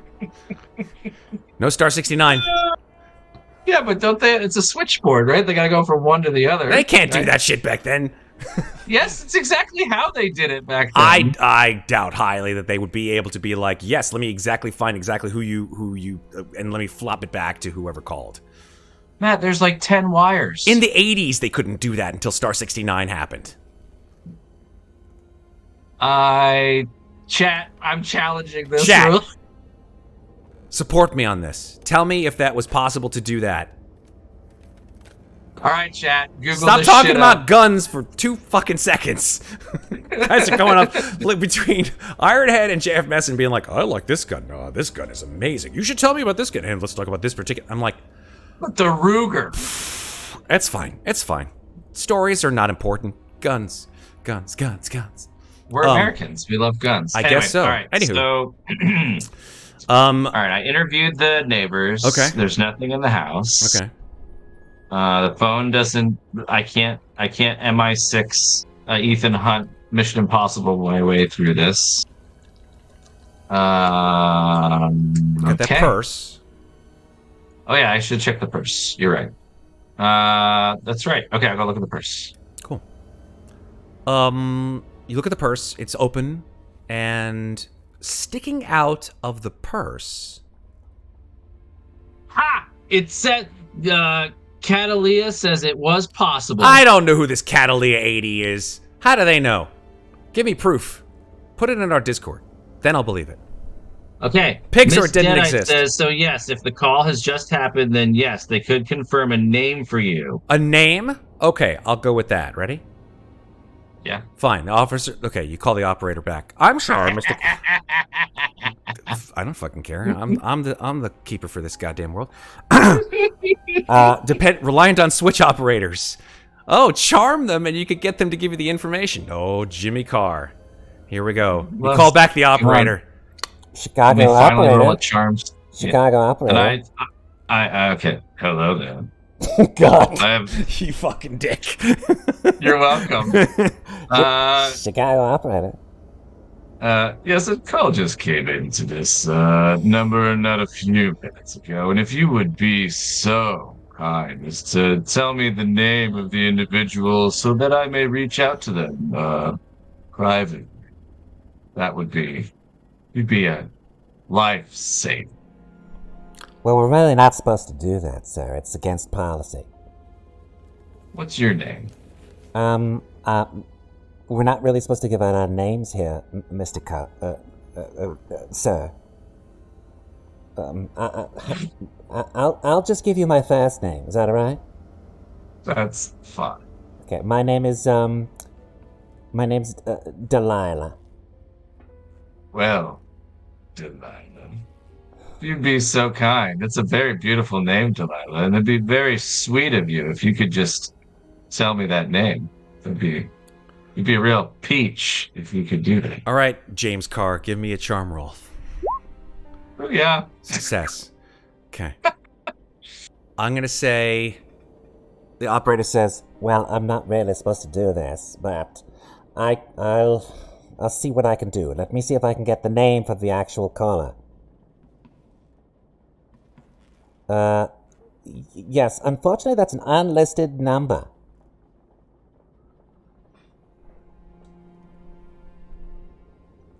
Great. Thank you so much for your help. Have a nice day. I slam the phone down. Cling. I go back to the purse. Cool. The purse. That's amazing. I love it. The purse has, and then the phone rings again. The phone's ringing again. Damn it! I pick it up. Hello? It's just part of the fucking soundtrack, guys. Get over it. It's on a loop. It's on a loop. Don't you get it? Oh my god, Matt, you're getting me. All right, go ahead. I love this game. All right. Me too. The purse. Yeah. There's an item inside the purse, and you look inside the purse, and there is a dagger. A curved dagger. And this is not an ornamental dagger. This is. I was just about to ask. This is like practical, right? It's some kind of. It doesn't look like a modern day letter opener knife. If you want, you can make either and appraise, history, or if you prefer, if neither one of those skills are at their best, just a hard. This will be a hard success that you'll have to obtain on this, but a knowledge roll, which is an int roll. So it's up to you. I mean, I gotta go with Ed, but I gotta get a hard success. All right. Actually, sorry, an EDU. I believe a knowledge. I believe is ED. Is education roll. Yeah, knowledge is education. Even better. Even better. It's higher. Cool. All right, come on, a hard success. Ouch. No. That's a failure. Do you want to push it? Yeah. I go to her bookcase to try and find something to jar my memory. A book to smash against my brain. Okay. Oh, Jesus. Yeah, that's real bad. You go to the bookshelf to try to like leaf through it. A couple books fall out of the bookshelf and hit you in the head. You're like stunned for a second, and you look down at the book on the ground. It had like sharp, like a sharp metal spine, and has hit you in the head, and you feel like blood trickling down your scalp. You have been hit for book damage. Take 1 point of damage. Damn. So you get a fumble for, sir. Technically not a fumble. No, that's true. But it is a failed push. It's almost an extreme failure. Yeah, failed push. You're good. Yeah. So you take 1 point of damage. Okay. Yeah, you do not recognize what this dagger is. Okay. Anything else in the bag? Just the dagger? Nothing else in the purse. Just this curved dagger. You note that, although you don't know what it is, that its hilt is decorated with these sort of floral designs, and there's a ruby, a large ruby. This would be extremely valuable. It's like embedded right in the pommel. Okay. Yeah, I definitely take it out of the purse. Cool. Beautiful leather sheath. Put it in my like overcoat. Okay. In one of like the bigger pockets so it doesn't fall out. Mm-hmm.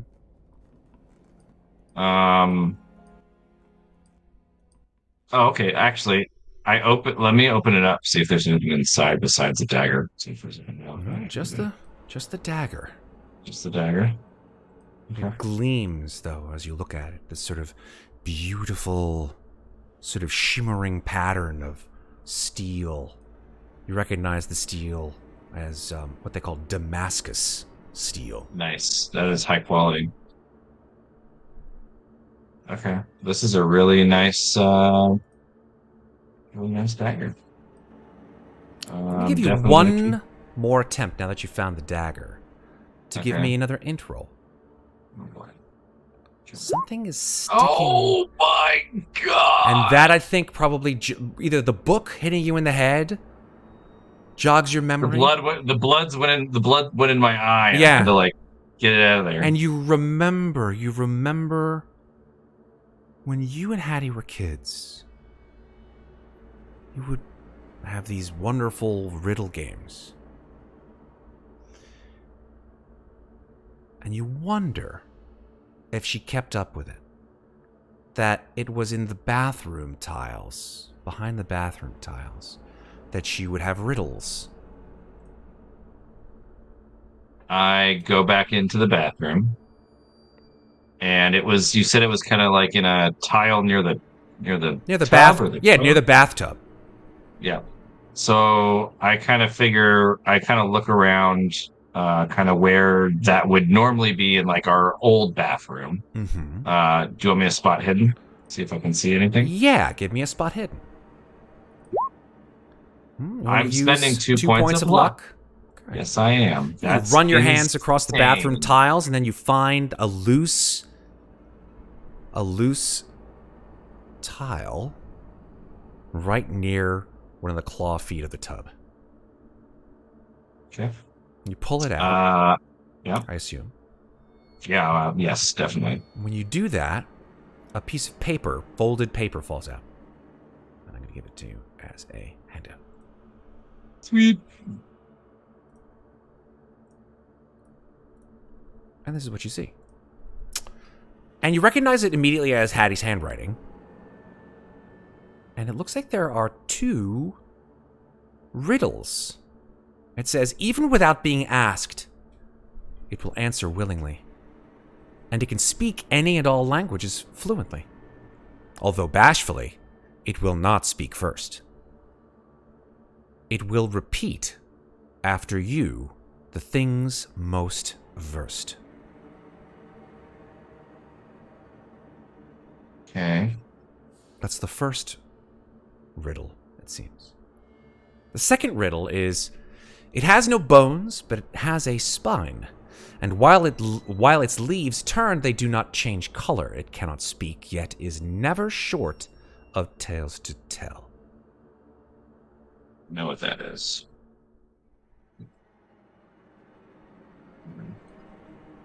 Where's that book that cut me? It's on the floor. I'll pick it up. Okay. I open it up. Or I examine it. Okay. Is there anything with the spine? You said there was like a metal spine? Yeah. Is there anything... can I examine the book to see if there's anything particularly special about it? Sure. Spot hidden.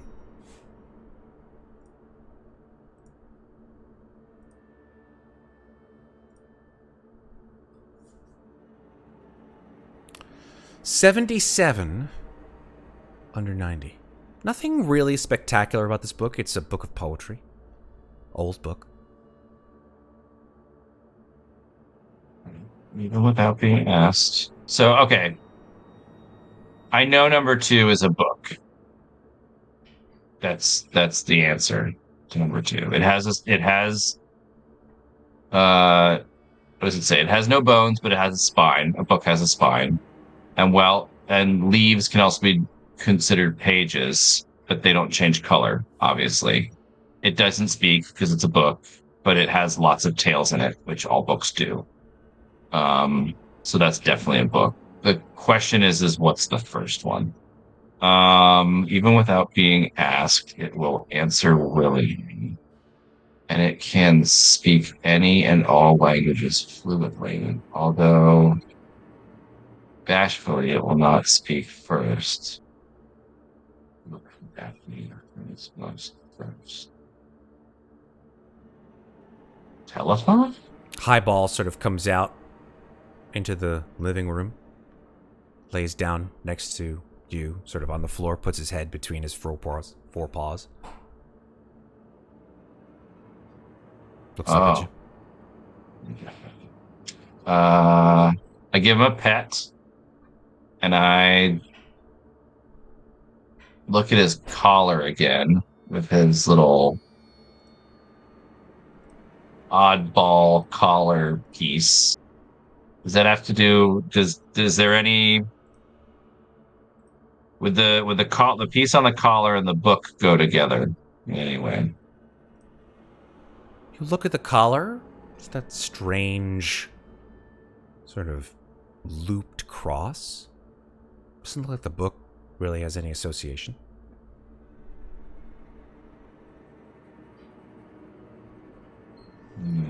So it looks to me, and this is one of the things that as keepers we have to make sure that our players are still okay and engaged. It looks to me that you're a little stumped. Totally fine to be stumped as a player. Sometimes players like to continue on with riddles even if they are stumped. But sometimes players get frustrated with riddles. And I can sense I'm not sometimes... getting too frustrated yet. No, not yet. Okay, fair. At a certain point, let me know when you are frustrated. I will also ask, now that chat can see both riddles, I'm going to go ahead and read them out loud one last time to see if chat can maybe discern the answer to the first riddle. I was going to say, let's turn to chat. Does anybody have any hints or clues, guys? Matt, go ahead and read. Yeah, even without being asked, it will answer willingly, and it can speak any and all languages fluently. Although bashfully, it will not speak first. It will repeat after you the things most first.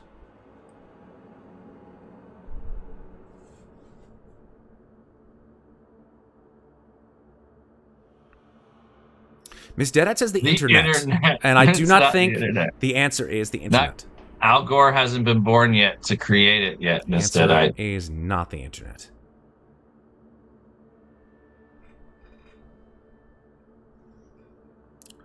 It's as if thousands of nerds everywhere suddenly screamed in terror and were suddenly silenced.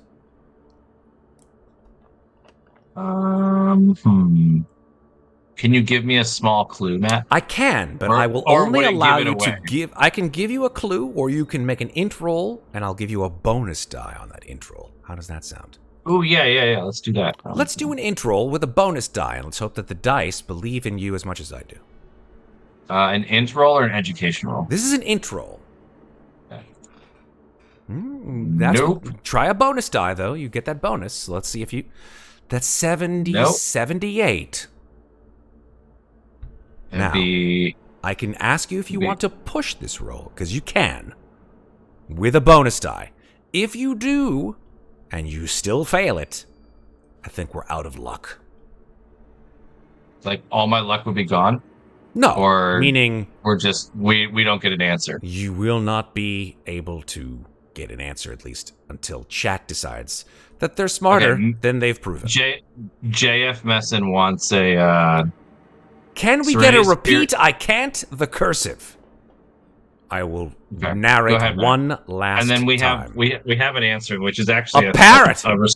That's what I thought too. Actually, that's one of the things I thought about. Parrots.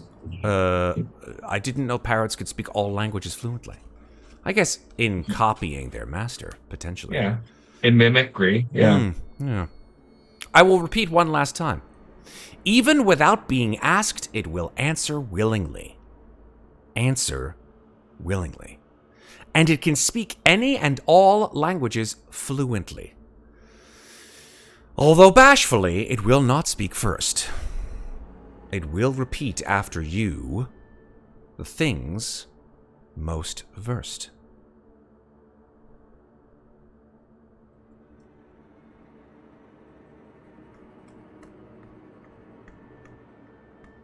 Deadite says an encyclopedia.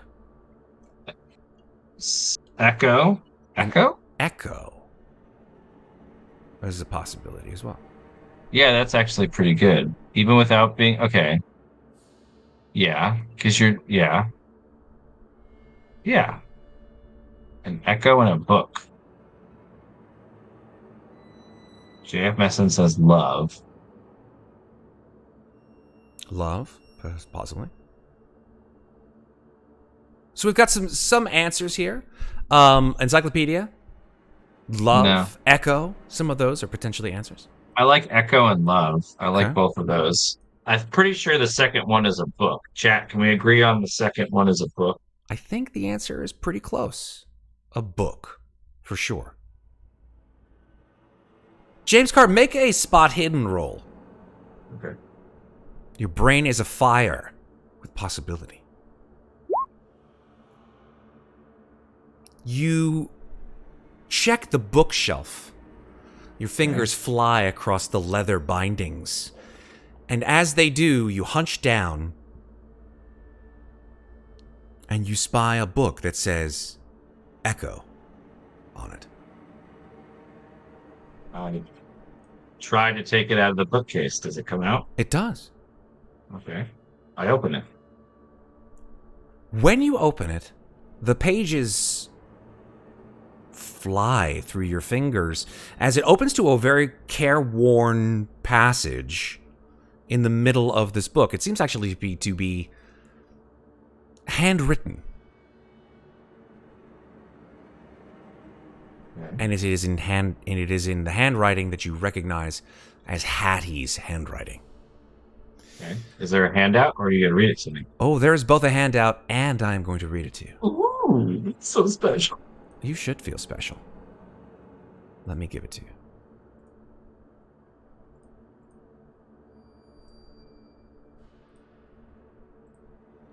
Here you go, sir. Oh, ooh, hey. Oh, there's a little drawing of eyeball. There's So a cute. little drawing of Highball in the inside what do they call that? Margin. Margin. Thank you. I'm going to go ahead and read that to you because not only is it small, but it's in cursive, and I doubt Chad can read it. So here we go. Go ahead. February 1st, 1929. Tonight, for the first time, I took part in something the other wives jokingly call their witchcraft meetings. I admit it was quite interesting, but I can't shake the feeling that the woman who organizes them can perform real, honest-to-goodness magic. Last week, apparently, she gave Irene a prediction, and it actually happened.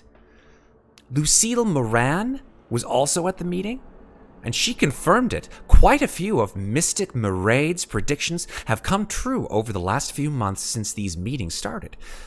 I'm not sure I approve of or believe in any of it, but if this is what all the other wives are doing, then perhaps I'd better go to another one, if only to see Lucille again.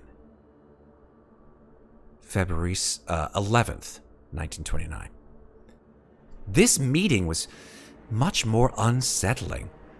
For some reason, Mystic Maraid kept staring straight at me through that veil of hers when she was performing those incantations she claims let her see the future. Not just looking, but really staring, like she was trying to get inside my head and read my thoughts. I started to get a splitting headache, so I made my excuses and left. I never want to go back to another one of those meetings ever again, even though I can't explain why. The whole thing has left me feeling really unnerved. I also have this strange feeling that I've met Maraid before, but I can't think where or when. February 12th, 1929. Lucille came to me this morning and she was very disturbed. She said she's resigned from the witchcraft meetings. She's also told me that she's had a feeling I was in danger and that somebody has designs on my life. I got a silver amulet from her. She told me to wear it as it would help keep me safe. She also gave me a dagger and told me to carry it with me always for protection. She made me put it in my purse and made me swear not to part with it at any time. If she'd told me this last night, I would have been taking her a little bit more seriously. But now, I don't know.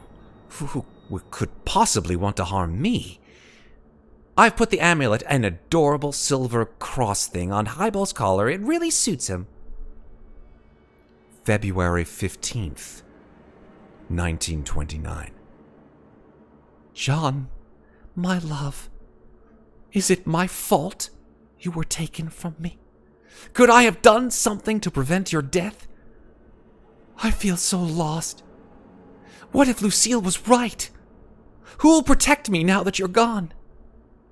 I'm sure someone's been watching me, and my head's been hurting so badly since yesterday. I hope that Highball will be returned to me. I don't know what I'd do without him now. There is someone I can go to see. My very old and dear friend. I only pray they can help. I'll feel much safer once Highball is back home. And that is the end of the journal entries in this book.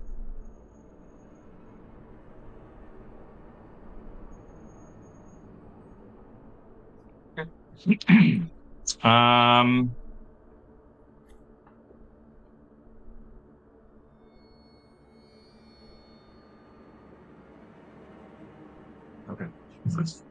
Looks like I gotta go find Lucille and Mystic Murray. Now, Sounds like Lucille Moran. The name last sounds familiar. name Moran, specifically. Yeah, that sounds really familiar. Bugs Moran. Yeah, Bugs Moran. Bugs That's Moran, right. the infamous gangster whose life was attempted in the St. Valentine's Day massacre. Not successfully, of course. You just can't get an audience with the wife of the leading Irish gangster in Chicago. Nope, I can't. But you do know someone who might be able to get you in with good graces. I do. Looks like I'm gonna go see Mr. Brock. Or, excuse me, yeah. Tell me about this individual that you just mentioned. My boy Billy. Billy Brock, also known as Babyface Billy Brock. Well, little comb. Little comb, right? Little comb. People don't like it has a little when he has a little comb. He does, mainly because if you know Billy Brock he's a young guy. He's probably no more than 16 years old, but ever since he was a kid, he's been hanging around the wrong people, and now he's fully ensconced in the gangster lifestyle. He's a bit pudgy. He likes to eat, but it's filled out his face. He's got sort of a cherubic face now because of his eating habits, shall we say. And it doesn't make it any better, the fact that he's got these sort of golden curls in his hair, which he constantly uses his comb to sort of slick back like the older guys do with brilliantine. But they just constantly curl up on the sides of his face. He's a well-meaning guy, little kid, essentially. But yeah, although he's not a fully fledged made man, he could potentially help you to find Lucille. Okay. Where did I would know where he kind of hangs out, right? You do know Billy usually can be found hanging around Dorothy's Diner on the east side of Chicago, not far from the Children's Memorial Hospital. I'll finish up my business around. Oh, would I know this Mystic Murray? You've never heard of anybody named Mystic Murrayed, no. Okay. All right.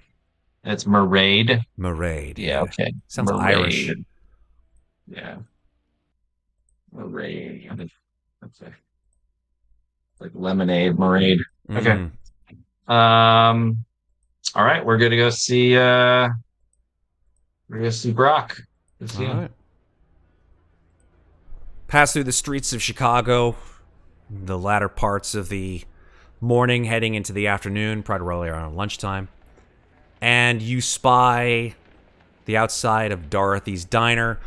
Looks warm and cozy from the outside, probably a lot more warm and cozy than it is out here on the streets of Chicago at this time of the day. You see the light from the big stained glass lamps hanging from the ceiling, illuminating. There's a counter, large glass case full of tempting pastries, glass top tables, artistically curved legs. Very nice inside, for sure. Beautiful. Pieball follows you through the street, sniffing people as you walk, just sniffing, constantly sniffing. Yep. Give him a couple little snaps, like, just stay with me, buddy. Okay. Ding, ding, ding. Door opens to the diner. Plenty of people inside, chatting. It's probably right about noon. You hear the sound of the church bells going off. And you look around Dorothy's Diner to spot a rotund, cherubic-faced, fully suited Billy Brock sitting at one of the tables close by. and he is fully invested in his food. He's he is What's he eating, Matt? You know what? Let me see what he is eating. He is. What do you think, chat? What is Billy eating? What is Billy eating? Actually, yeah, let's make sure. Let's see. If it doesn't say, I'm going to have you guys tell me what he's eating. Here, you know what I'm going to do? I'm going to have you take a look at what Billy looks like first. Here, blue plate special. They need to see what he looks like first. So there we go. There's Billy Brock. You know what he looks like? He looks like that kid from fucking Willy Wonka. Augustus Gloop. Augustus Gloop. Tell me I'm wrong. Look how fat that kid is. Man, that's a chunky boy. He's a chunk. He's a chunkster. He's thick. He's thick. He's thick. He, according to Miss Deadeye, he's eating either meatloaf or mashed potatoes, gravy, and fries. Although I think all of those things. All of them. And I'm going to go ahead and say Ironhead 454 also says pie. So I'm going to say he has. Don't ruin my moment here. No pie yet. No pie yet. No pie yet. He hasn't yet called for dessert. Just trust me. He's got the whole napkin like tucked into his collared shirt as to not sully his beautiful pinstripe suit.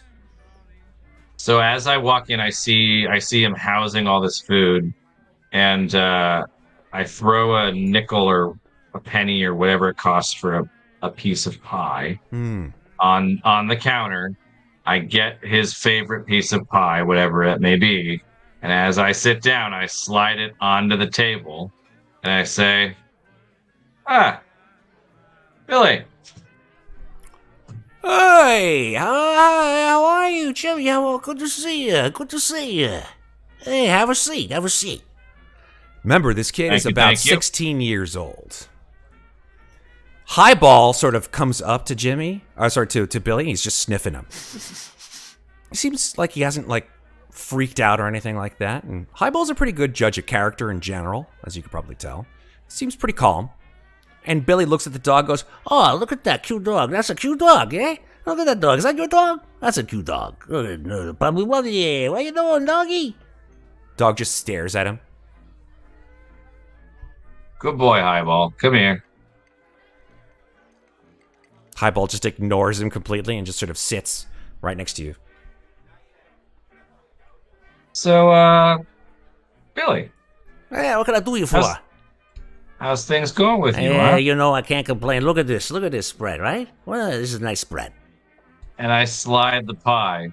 This makes it look a little better now, doesn't it? That's my favorite kind of pie, Jimmy. Is that for me? Is that a gift? It is. That's for you, of course. Oh, you're the best. Look at you. Look at this guy. Look at that, man. I like this guy. What a great guy. Yeah. Are you doing all right, Billy, after all this hubbubaloo over the past couple days? Oh, I don't take it too seriously. There's all kinds of stuff going on with Mr. Moran. He almost got snuffed out. You know what I'm saying? He got you know. I read that. A step away. Yeah. Yeah, it's pretty scary stuff, man. Your boss like that. Yeah, you know who they say did it? It's that bastard. I kind of look around and get a little closer. Yeah, it's that bastard Capone. Well, he's been trying to make a name for himself for a while now. I think I heard about him a couple months back. Did I not? Didn't he get pinched recently? Yeah, he got pinched lots, but he's cuckoo. He's nutso. I wouldn't go near that guy with a 100-foot pole. He'll kill you right off the bat. Huh. Okay. Billy, I got a favor to ask you. You got a favor to ask me? Okay, yeah. Sure, shoot. I need to talk to Lucille Moran. His face sort of squinches. You gotta talk to them. You gotta talk to Luce, Mr. Moran's wife. I nod as I take one of his French fries off of his plate. He looks down at you taking the French fry off his plate, and he's like, and his face gets serious. Why you gotta? Are you and Mrs. No. It's a job. It's a job. See the dog? You still like the dog, right? Yeah, it's a cute pooch. What? It's related to the dog. Is this dog Mrs. Moran's dog? No. Client's dog. I'm not dog is not understanding you, Mr. The Carr. dog is not important, Billy. The dog is not important. What is important is that I need to speak to Lucille Moran. If that would be so kind of you to think set that that this up. behooves an actual explanation. A little bit more than what you're giving me, all right? I take another French fry. Listen, could you please stop doing that? That's not very nice. Billy, listen. I've done a few favors for you in the past, and I've always taken care of you, have I not? Yeah, you've taken care of me. In fact, I owe you a lot, Mr. Carr. I really do. Yeah, thank you, and let's continue on that path right there. How many times have I ever asked for your help, Jim? Not very often, Mr. Carr. Not very often. That's exactly correct. Yeah. You don't necessarily have to get me directly in front of her, but does Lucille hang out in certain places that are, I guess with everything that's going on, her security is going to be out the roof, but does she have a normal schedule that she goes around that I may be able to swing by and see her? She's gonna kill me for saying this, but I mean, yeah, if you really want, I can arrange a meeting. But I really gotta know what this is all about, Mr. Carr. You're sort of dancing around all this stuff.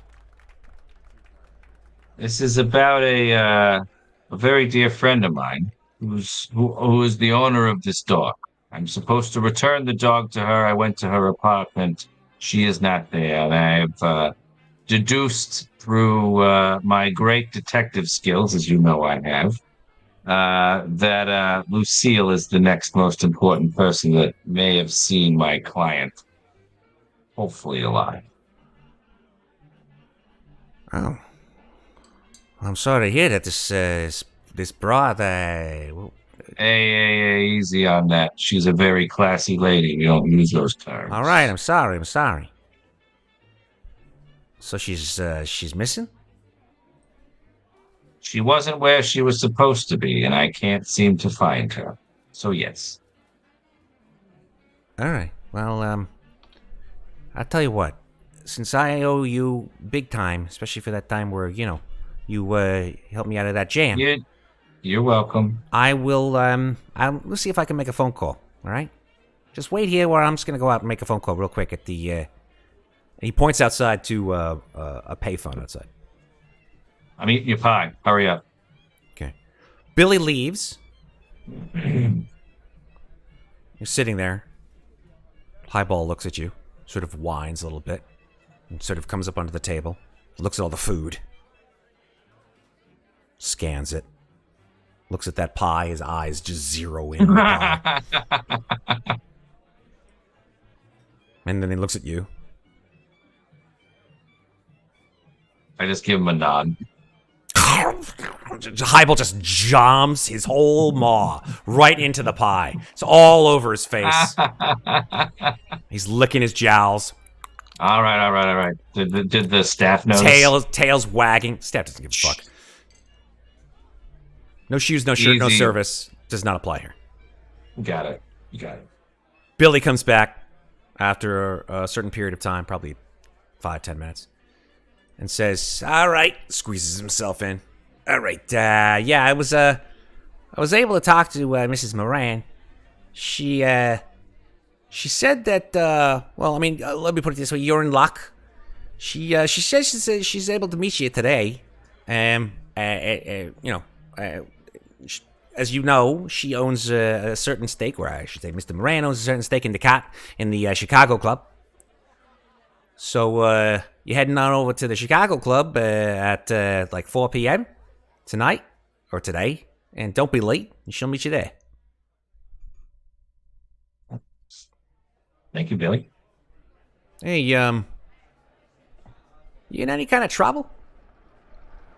Not yet, that I could tell. So, just letting you know, if you need my help for anything, Mr. Carr, I'm always here for you. I appreciate that, though. And you've always been a good supporter of my work, and I appreciate your friendship. I do. And I appreciate this favor you do. All right. Well, you have a good day, Mr. Carr. You as well. You as well, Billy. And I give a high sign to the waitress. One more pie for my friend here. He looks down at the table. Pie's gone, like licked clean. Dog looks up at Billy. Billy looks down at the dog. Huh. Dog just licks his jowls. I whistle to as I kind of walk past to let. I wait just long enough so he sits there staring at him just long enough, and then I give a little whistle to have Dog him, yep. instinctively jumps up, follows you out the door. Have a good one, Billy. And as I'd say, as you walk out into the still blusteringly cold day of Chicago, as it sort of filters into probably the afternoon, and the sound of the street once again comes to your ears. You probably hail a cab, jump inside. The dog doesn't give a shit, just jumps in right with you. And you speed off through the snow to the Chicago Club. And that is where we're going to take a break. Nice. Perfect.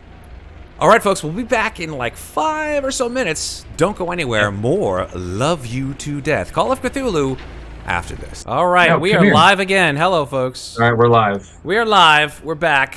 How's everybody going? Woohoo! Mm-hmm. Okay. So, I would say that the cab that you're in, you and Highball, speeds through the late afternoon in Chicago, and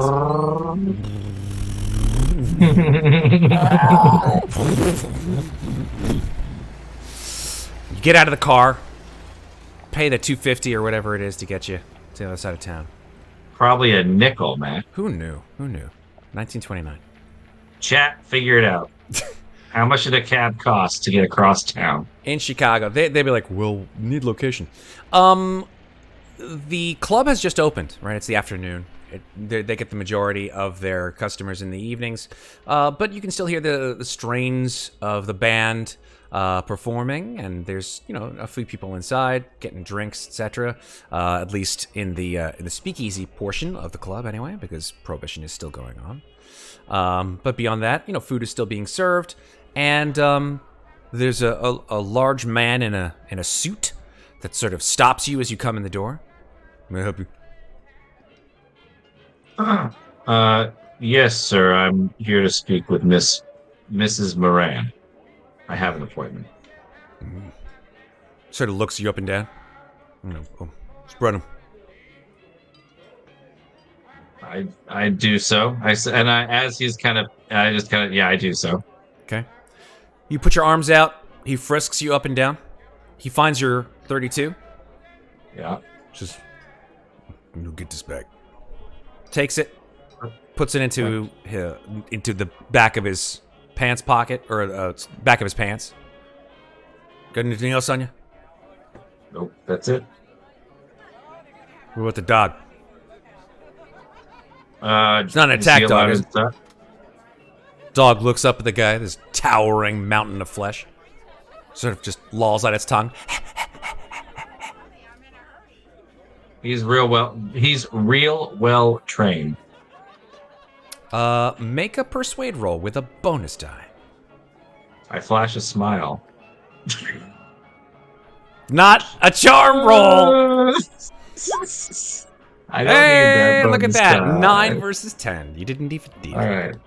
Didn't even need it, but thank you. Yeah. I guess next time I'll put more in persuade. Yeah. Less in That's cool. You didn't know. Who knew? He says, all right. Go ahead. Your name one more time? Carr. James Carr. Carr? All right. James Carr. Yeah, go ahead. pushes you Thank you. in the direction. And your name, sir? Bruno. Bruno. Thank you, thank you, Bruno. I'll make sure to come and get my item from you before I leave. Thank you very much. All right. Right. So you wind your way through the slowly burgeoning crowd to a table in the back, and you see, as you recognize her from various photos, a very fashionable, beautiful, immaculate skin, rosy cheeks, dark lips, dark eyes, woman, alabaster skin, probably in her early 30s, and you recognize her as Lucille Moran.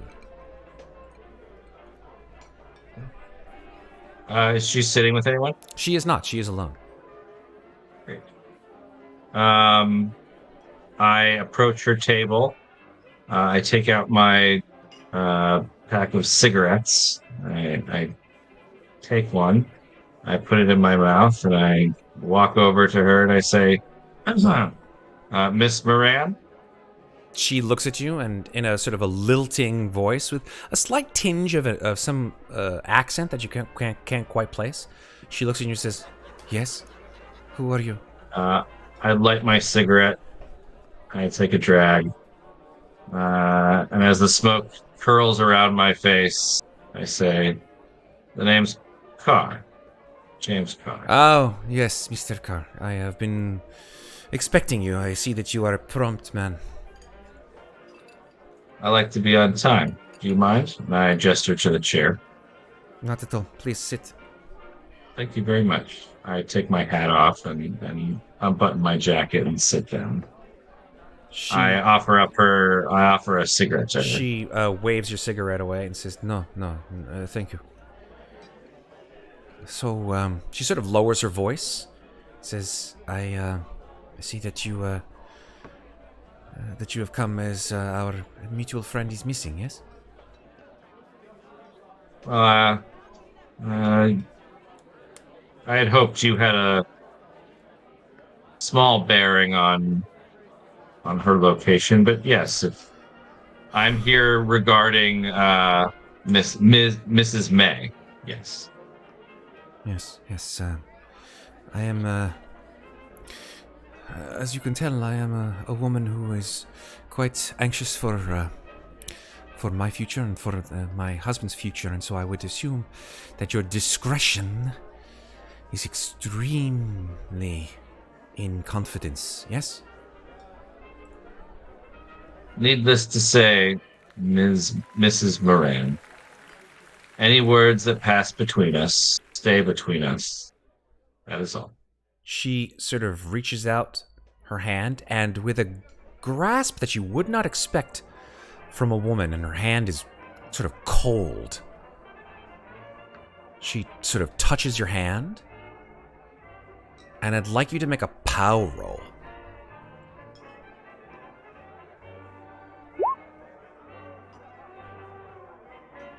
Extreme success. You feel a sort of strange tingle pass through you somehow. She sort of looks you up and down and says, Mr. Carr, how long have you been a private investigator?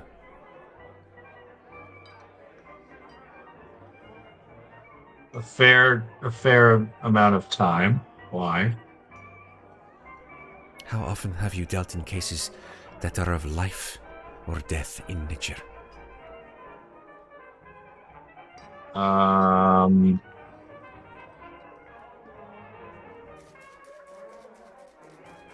few times.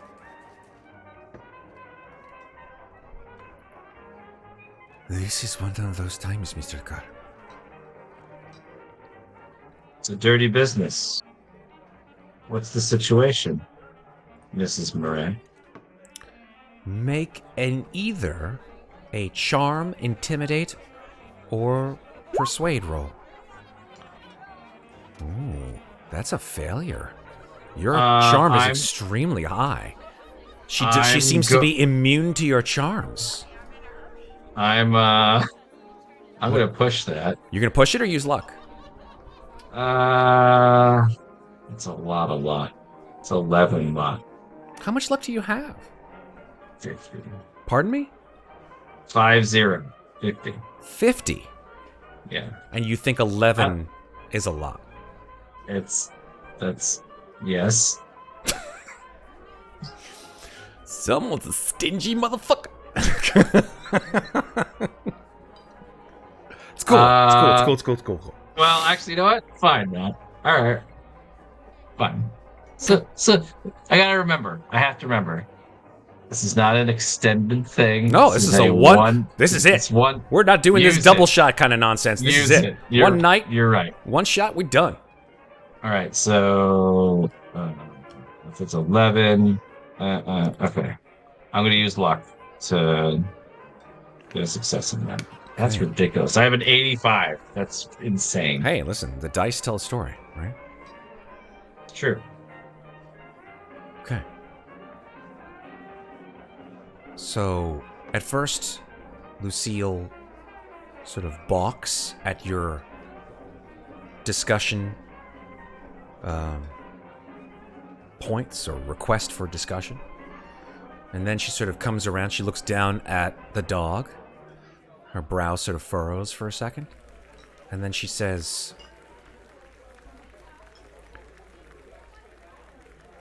"How much do you know already? Have you been to her apartment and you have not seen her there? That is what this Billy boy has told me." That would be correct, Mrs. Murray. I asked around for her a bit, but I know she left with someone, arm in arm. I do not know. Pretty sure. Someone is. But I feel that your friend, our friend, is in mortal danger. More so than anyone I have ever known. Matt, what color is her hair? Her hair is dark brown. And she's pretty made up, right? Very much so. Does she have nice bone structure? Very nice bone structure. Great. So she said that I'm sorry, she said that Hattie's in big trouble. That's basically what she That's said. correct. Okay.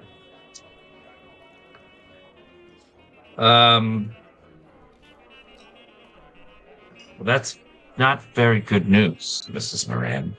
What do you know of her whereabouts?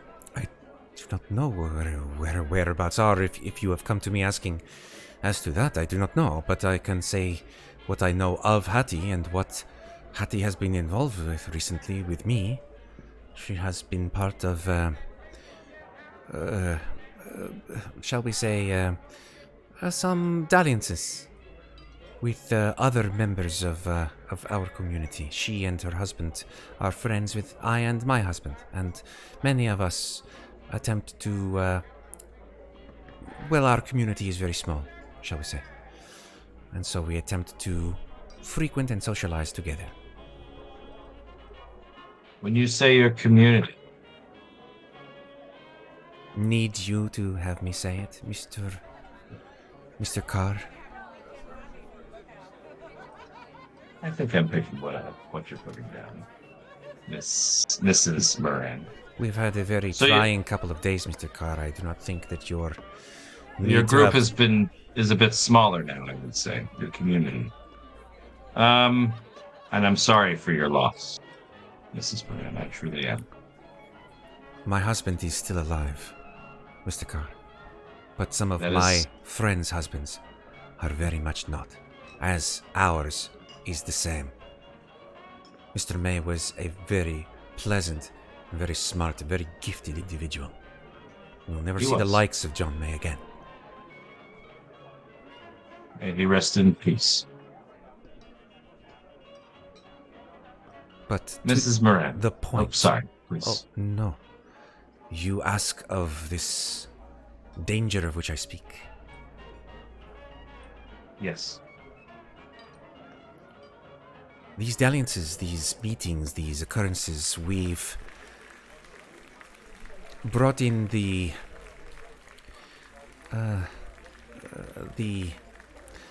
gifts of someone who has claimed to have supernatural powers, magics, etc. But where I come from, we respect magic, and we do not mess with powerful forces.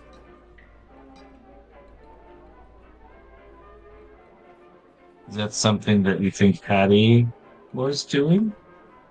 I fear that she was not involved directly, but that something was attempting to be involved with her.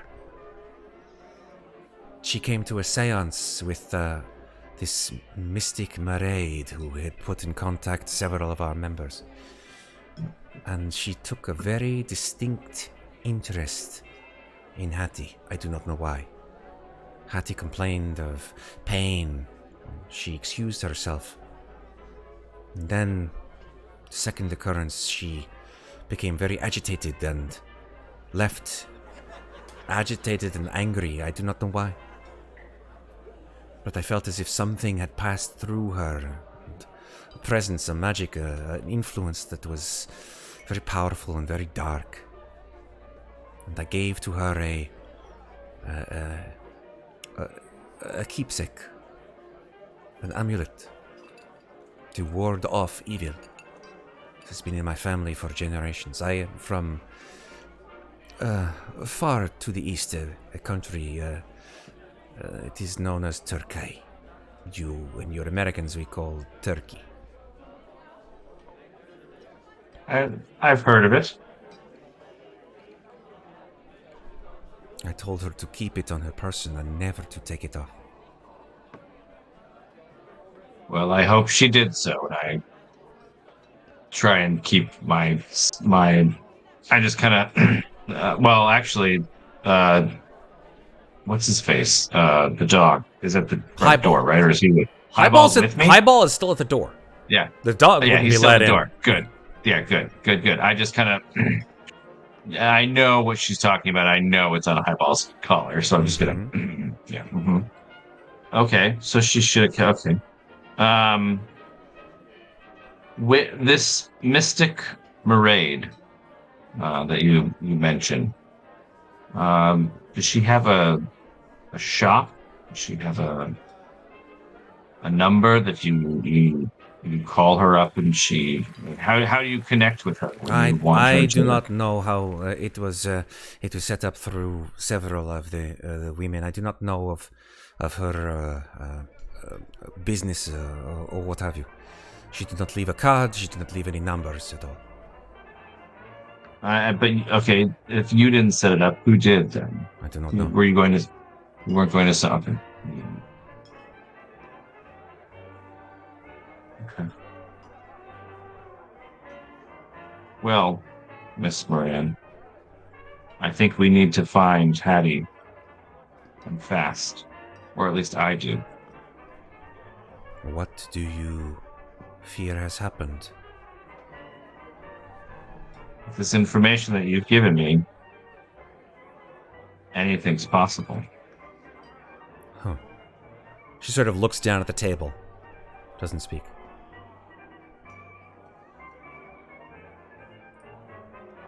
Purses her lips.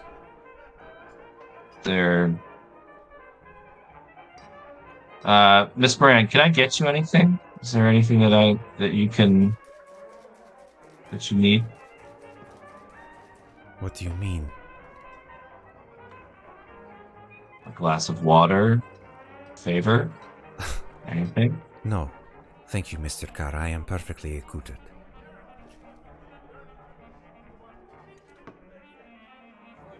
You sort of stare at her. You're trying to sort of gain an understanding.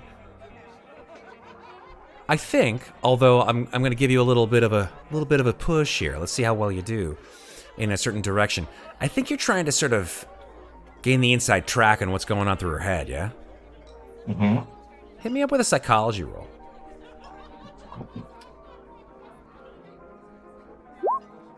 Nice. Look at that.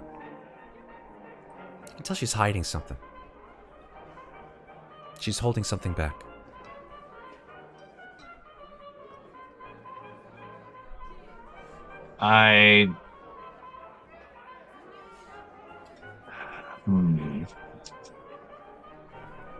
Let's see if this works.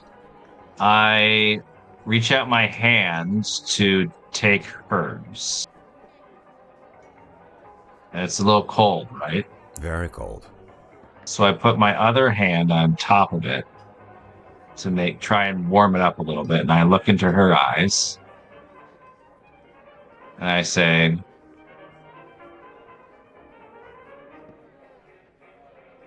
Lucille, Hattie is very important to me. This is more than just a job.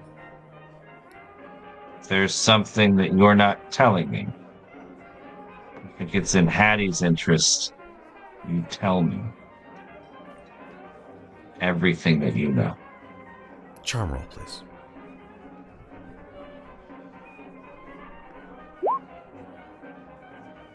She says, Mr. Carr. She looks down at your hands. You're being very forward with me. People will say we're in love. I take my hands away and clasp them still close to her, but keep them, they're just closed nearby. And I say, well, you're a happily married woman, Mrs. Moran. I wouldn't want people thinking the wrong thing. I wouldn't. She doesn't respond to any of the possible inferences or implications that you've just said in the last sentence or two. Neither confirming nor denying either of it. And she says, "You're a very perceptive man, Mr. Carr. I feared telling you this, but there is something that I have discovered. This Maraid, although I have not been able to track down her location, I have had people look into this woman, and I have found that this name that she uses, this Mystic Maraid, it is not a real name, it is a pseudonym. Her real name is Ellen O'Sullivan.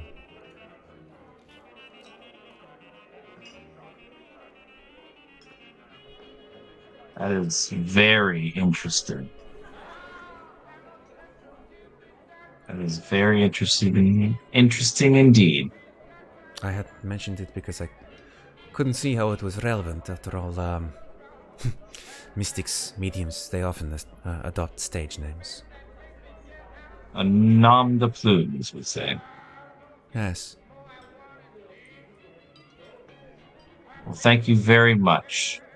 She's going to make a psychology roll based on your sort of facial expression there. And have her actually do a roll. Ooh, that's fun. Mm-hmm.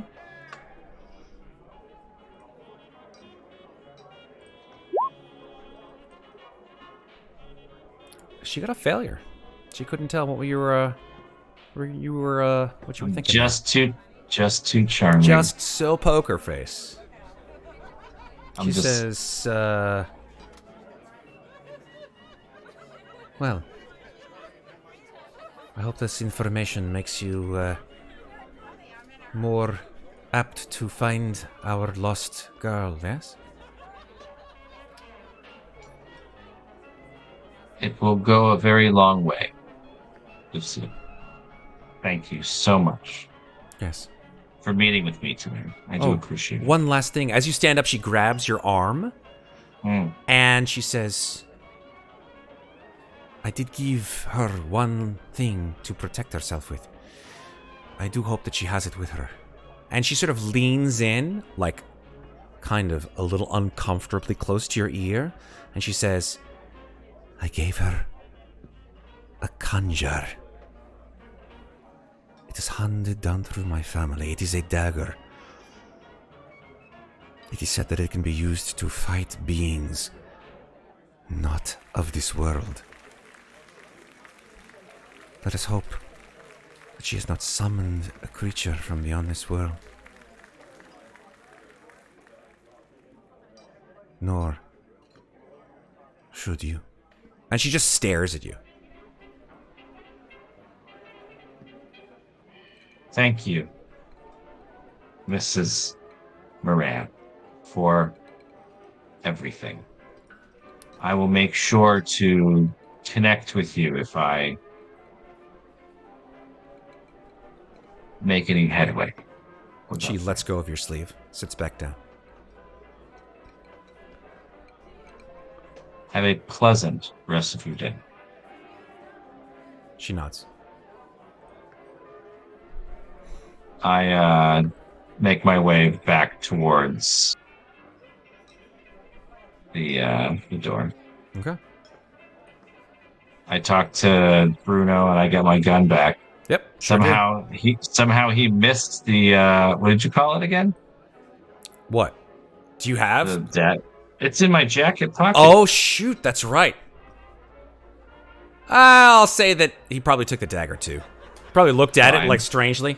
I forgot about that. Okay. Yeah. That's fine. I'm just teasing you. No, I missed it. Right. I missed the dagger just as much as he did. So. What? It's not a dagger, though. What'd you call it? Khanjar. A Khanjar is a curved Middle Eastern dagger. Oh, yeah? Yeah. Yeah, they're thicker on the base and they get pointy towards them. They're Sure really, do. yeah.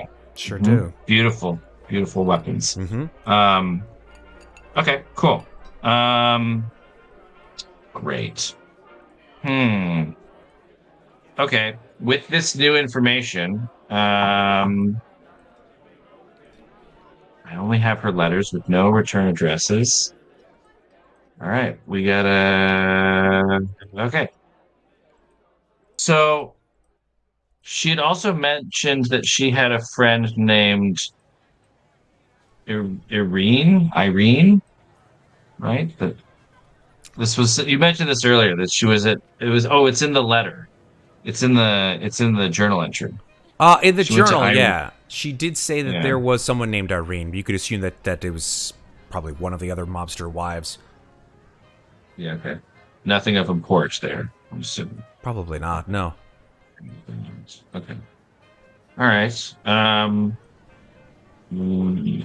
have that. I have that. Okay, we got to go find Mystic Moraid, or as we have now discovered, Ellen. Mm-hmm. Mm-hmm.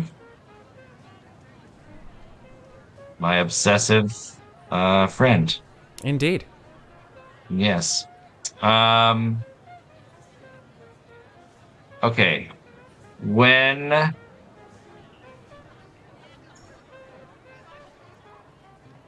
were there any places? Kool-Aid Moraid. That's hilarious. Sorry, getting distracted by chat. Chat, stop distracting him.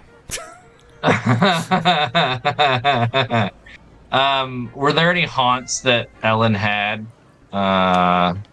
You have when we were growing up. You have not known her location. I know for so long. Mm-hmm. Okay.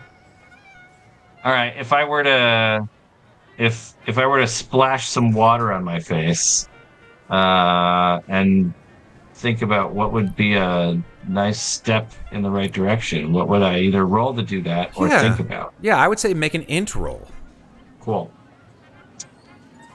For all of you burgeoning keepers out there, int rolls are usually helpful for aiding your players who are sort of stuck and not really sure where to turn. Friday, 12, 20. All right, I'm using 14 points of luck. 14 points of luck. Darn straight. Wait, how many was that? Just this. Okay, that's right. All right, cool. Cool beans. I mathed. Yeah, 100%. You splash some cold water from like a nearby puddle that's not too dirty. I might just rub some snow on my face. Yeah, you rub some snow on your face. Yeah, you don't go full grossness. Yeah, just rub some snow. No Slick it back like into your green hair. puddles. Yeah, you live in New York Chicago in City. the You know what that 1920s. is. I know what you're talking about. And you're like, oh man. And you realize that either Officer Sikarsky or Billy Brock could potentially help you find Yep. Ellen's location. Sikarsky, obviously, through the Law and Order fashion, or Billy Brock through the not so Law and Order fashion. Mm. Let's flip a coin. Cool. Flip a coin it Let's is. flip. What are the values of your coins, sir?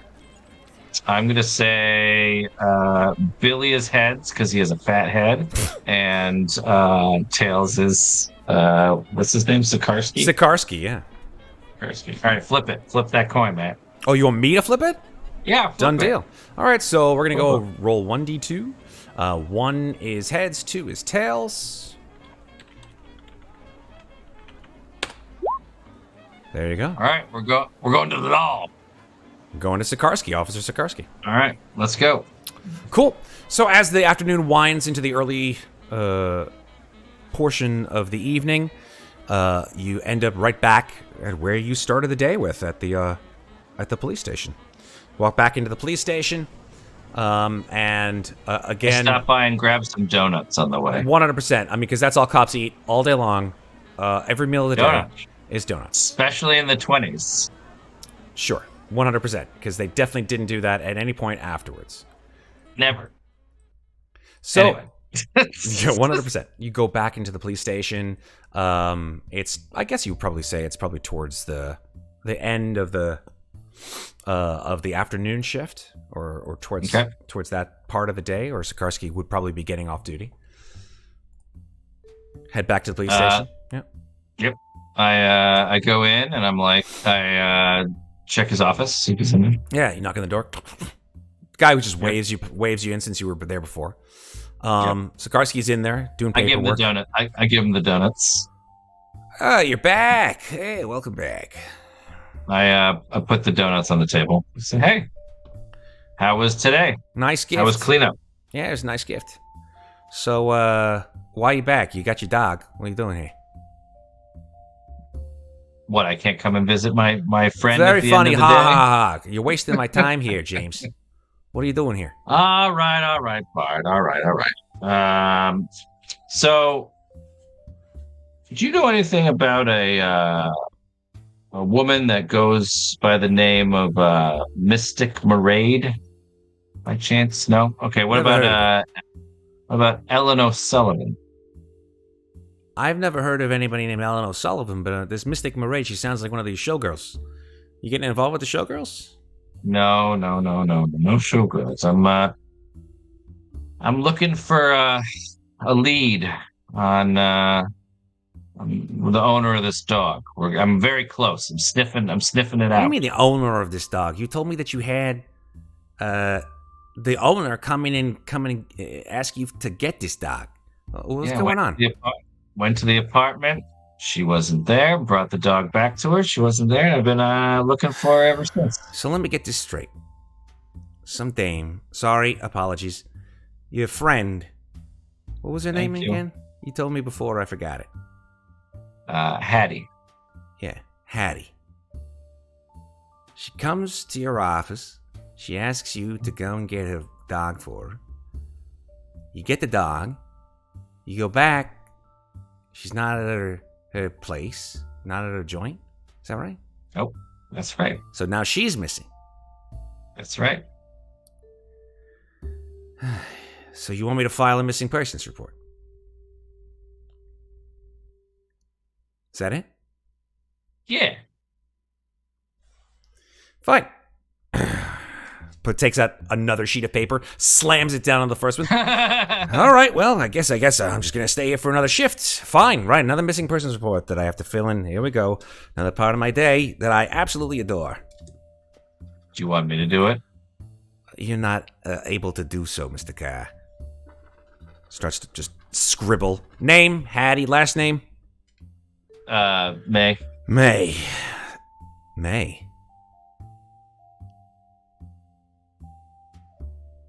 puts the paper down, slides it across. Shut my door.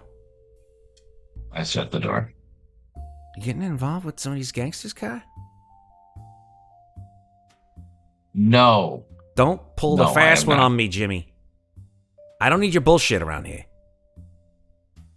I'm just trying to get a lead. But that's it. Nothing else. I promise. Keeping my nose as clean as I can. I do not want any involvement with this No. this gangster your stuff. Your name will never be mentioned. So this Hattie person, she's disappeared from her apartment? Mm-hmm. All right. You give her the apartment number. Give me the address. Yep. He fills it in probably within the course of 5 or 6 minutes. Fills it out, stamps it, says, well, we can put out APB for her. All you got left is this dog? Yep. And what else did I have? And I take the dagger out, and I have this. Whoa. What the hell is that? It's called a Kanjar. And I take it out. It's like a dagger. She had Put it back in my pocket. she had a knife in her purse. Yep. Not something we see. Crazy times we live in right now. Yeah, I mean, look ladies what don't happened a usually couple carry days around ago. those kinds of things in their purses. So, city's rough in places. People got to protect themselves. I'm all for it, but you get to carry a nightstick with you. Listen. He sort of comes in close. He goes, you got some kind of connection with this lady? You can lay it down. Important. It's totally fine. It's off the record. She's very important to me, Bob. How important, Carr? It's like my best friend. And you're not in any way involved in anything? Northside Gang, Italians. Still Hands cleaning are up clean that on mess. I'm still. I know you are. I know you are.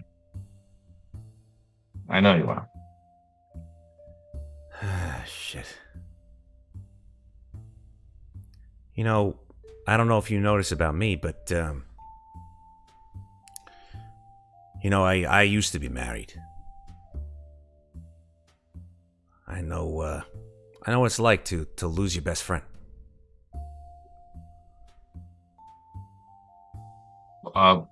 Well, thank you, Bot. I appreciate that.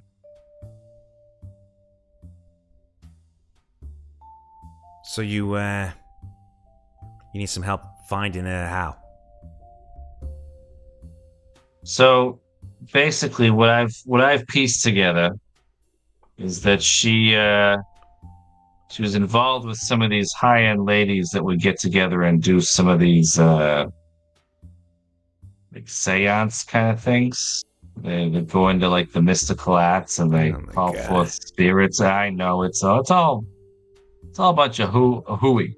You know, it's people shaking the tables, I'm sure. Yeah, of and course. They flash the lights and somebody turns the breaker. Oh, they did this and they said that. You don't talk. But apparently, she got involved. There was this one woman, the Mystic Maraid or whatever her name is. She that was her moniker, I guess. And she did not like Hattie. She just took it. She just the opposite of taking a shine to someone. Mm-hmm. You know. That's I'm putting two and two together. I think she took her. So this Maraid is a suspect, we thinking? Oh, definitely. So she perhaps abducted her, or somehow maybe she on some kind of drugs or on the sauce or something. I don't understand. Well, I have reason to believe she may have a grudge against him. What gives you that idea? Well, her That's her pseudonym, right? Her name de plume, as they say in France, right? Yeah, Is yeah. the Maraid character. Her real name is Ellen O'Sullivan. You said that And before, her name, this Ellen person. I don't know who that is. we grew up with her. You grew up with her. Yeah. At the orphanage. I'm an orphan, by the way. Yeah, no parents. Yeah. Yeah, we were all there together. We, life goes on. We all kind of went our separate ways, and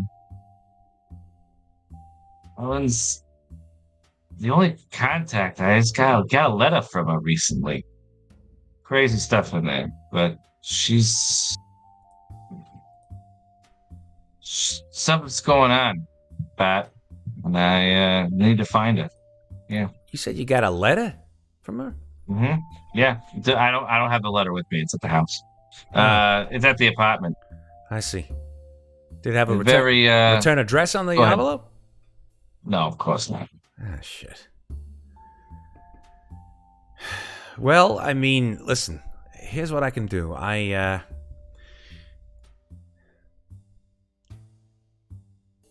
know this sounds really crazy, but I can help you out. That would be great, but well, how can you help me out? But here's what I intend to happen here, Jimmy. If I help you out, then you're going to need a police escort.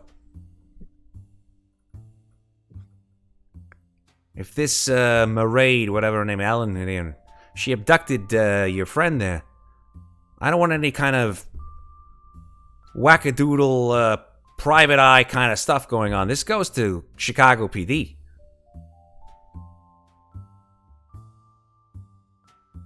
All right, we'll play it by the book. By the book. By the book. All right. Let's see what I can do. You stay here, all right? All right. All right. He gets up, walks out the door, and walks across the main office area of the police waiting room, sort of central police station, to a desk in the back where there is another police officer there. Thick-rimmed glasses, a beard meeting in a mustache, and begins to speak with this individual. About 3 or 4 minutes, he comes back with a piece of paper. Sikorsky puts down the piece of paper. He goes, Ellen O'Sullivan. Yeah? You got it. Yeah. There's an Ellen O'Sullivan who rents her apartment, 750 Michigan Avenue.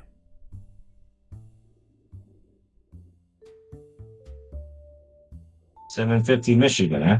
Yeah. You got a number? Like an apartment number, or is it just a building? Just the building. Just a building. All right. Well, thank you very much, Bart. What do you mean, thank you very much? He Are sort you of my straps escort? on his gun, straps on his belt. He's like, where do you think you're going? Well, I guess I'm assuming it's where we going. You're very smart, Mr. Carr. I knew you were really smart. Peach. Yeah. Well, you driving? I, unfortunately, am off duty. All right. Guess we're huffing it. Indeed. He takes his jacket, big overcoat, sort of puts it over his police uniform. Says, this one, we're going to do by the book, right? By the book. God's honest truth. Checks his revolver, makes sure that it's fully loaded. Slaps the cylinder back in, puts it back into his belt. He says, no nonsense. By the book. Scout's honor. Dog sniffs him, wags his tail. Got a nice doggy. All right, let's go. And walks out the door of the police station. I follow with the whistle at Highball. Okay, Highball follows you. Out into the night, you go. and make your way Making my way downtown. to. Indeed, you are indeed making your way downtown because the building in which Ellen O'Sullivan's apartment is located is far in the downtown area of Chicago. Yep. Yeah, Michigan Avenue is like, that's a main thoroughfare. It's actually a quite nice part of town. Yeah. Yeah, it is. Yeah. Yes. So, again, probably catching a cab or huffing it through the snow. Doesn't really matter. It's nighttime by the time the two of you, or three of you, if you consider Highball a third member of your party. Highball is a third, Matt. Come on, 100%. 100%. It's like Fallout, Call of Cthulhu style. It really is. I get a dog. You get a dog. How often do you get a dog in Call of Cthulhu? Very infrequent. This is a first. It's a first for me. Indeed. As you approach the building, Highball sort of begins to growl softly.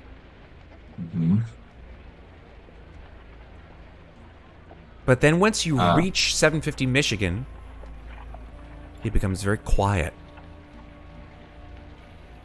His tail sort of drops down as if he knows that something's wrong and he shouldn't make any noise.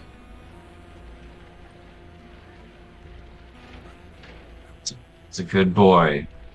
Highball. I give him a pet. I guess we go. Does anybody look like, are there lights on? Because you said it's getting darker, right? It's getting dark, yeah. The lights are coming on along the avenue. What about in the building as we approach? Yeah, as you approach the building, you can see that the building actually has a doorman.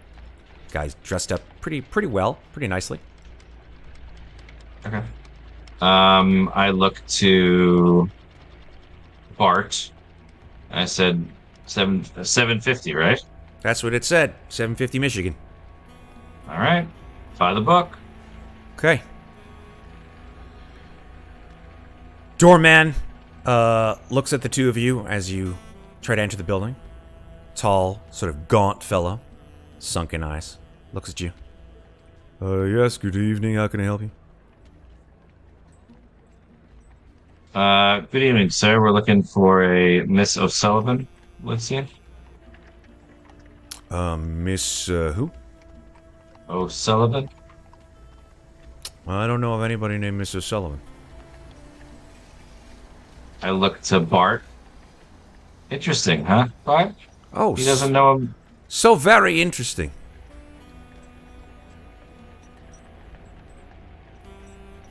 Turns to you. Go ahead. No, go ahead. You first. I looked at the doorman. I say, "That's very interesting. Are you sure about that?" I just give him a really strong stare. He sort of stares you back and goes, "I don't know. I am pretty sure I've never heard of an Ellen O'Sullivan." I take $1 out of my pocket. Actually, I can't bribe. No, it's by the book. I can't bribe him. I guess, can I? If you had Billy, you could bribe the guy. Yeah, I know. Sikarsky's like, this is by the book. Yeah, that's right. I just kind of look at Sikarsky. I go, "You flash a badge or something?" I don't have one of those flashy things. Oh, yeah, that's right. He's off duty. Shit. Blah, blah, blah, blah. Okay. Oh shit. I'll offer him a cigarette and be like, "All right, friend, look here. It's been a long day.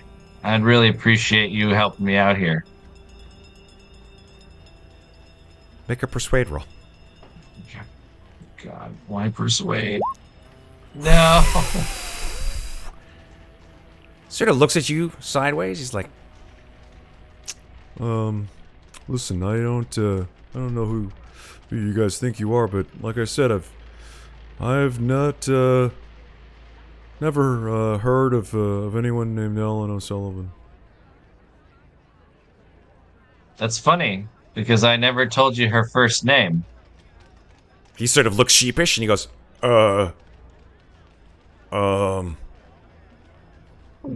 sort of gulps. Shit. Indeed. Spill. Shit. All right. She's in 5F. You sure about that? Yes, yeah, sure. 5F. Thank you. Is there an elevator? There is an elevator in the building, yeah. Yep, great. Go up to the 5th floor. Okay. Head up to the 5th floor. Sikorsky says, yeah, it was pretty good. That was a little bit of deductive reasoning. I like that one. Thank you, sir.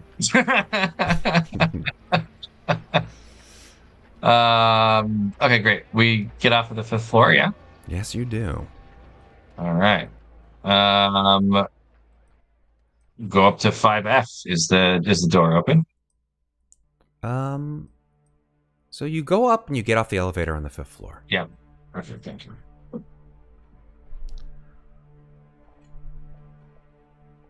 You walk off the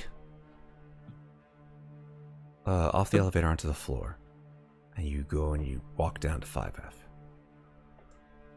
And the door is locked. You turn the doorknob and it doesn't turn.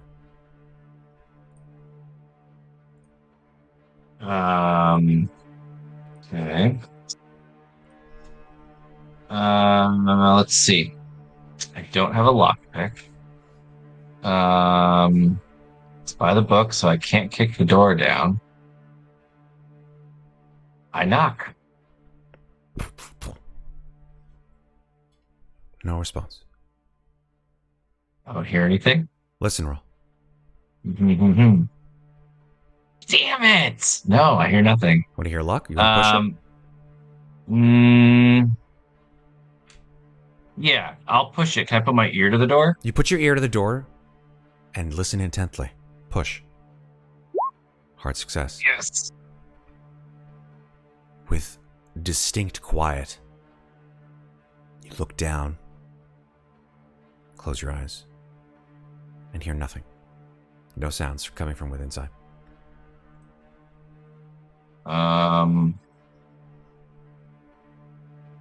Is there a doormat? There is no doormat, no. Is there an edge around the top of the door frame of the apartment door? Make a luck roll. Okay. Shouldn't have used so much luck, should you? Oh, well. No. And you can't push a luck roll. You cannot. Nope, can't. Okay, there's nothing there. I guess the doorman would technically have a key, but I would have to go back downstairs and see if he has it. We have to go by the book, so I guess that's what we're gonna have to go do. Sikorsky looks at you and he goes, "The hell are you doing?" Well, how are we gonna get in there? Listen. By the book, remember? Is this lady of yours, this friend of yours, is Dame Hattie in mortal danger? Yeah, maybe. Are you sure? Maybe. I don't know. Are you sure? You say maybe. Yeah, she is. Persuade roll. I'm using luck.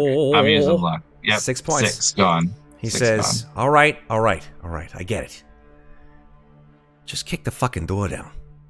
Fine, great. Thank you for your permission. I go to kick the door down. All right, so make a strength roll, please. Oh, yeah. Regular success. You kick the door. It makes this enormous crunch noise, but the door does not budge. Okay. Let's do one more, and then I have another idea. Strength. Failure. 81. You want to push it? Kick in the center of the door. You see that the doorknob sort of I'll rattles a little bit. For more near the door handle. More than near the door handle. Yeah. Yeah. Ooh, nice. That time, that second kick that you gave to the door, you hear the door crunch, and the doorknob just pops off, and the door swings open. Nice, perfect. We go in. Yeah, go ahead. We enter. Okay, make a luck roll, please. Oh no. Okay. The door opens across the way, and an older gentleman walks out, tweed jacket, and says, "Excuse me, sir, what are you doing?" I will. Oh my goodness! And he turns back inside the apartment.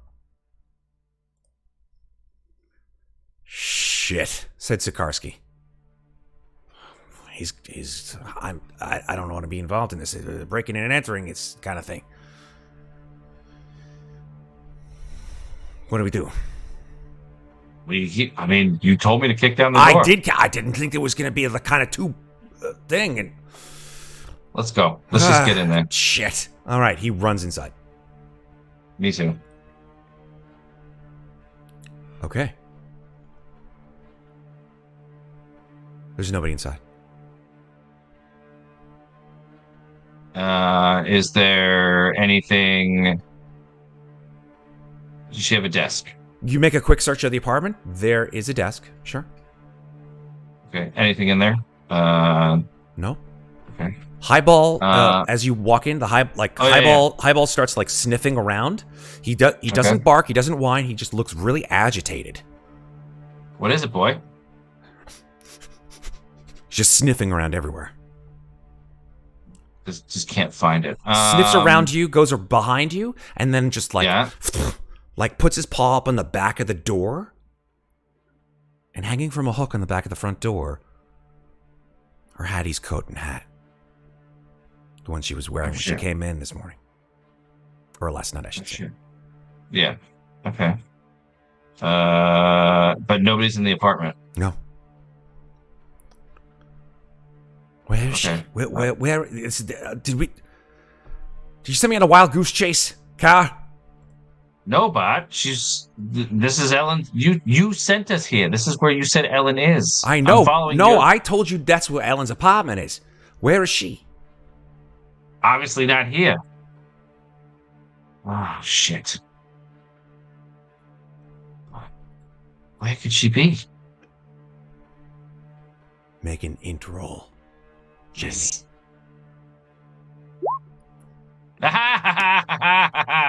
Extreme success.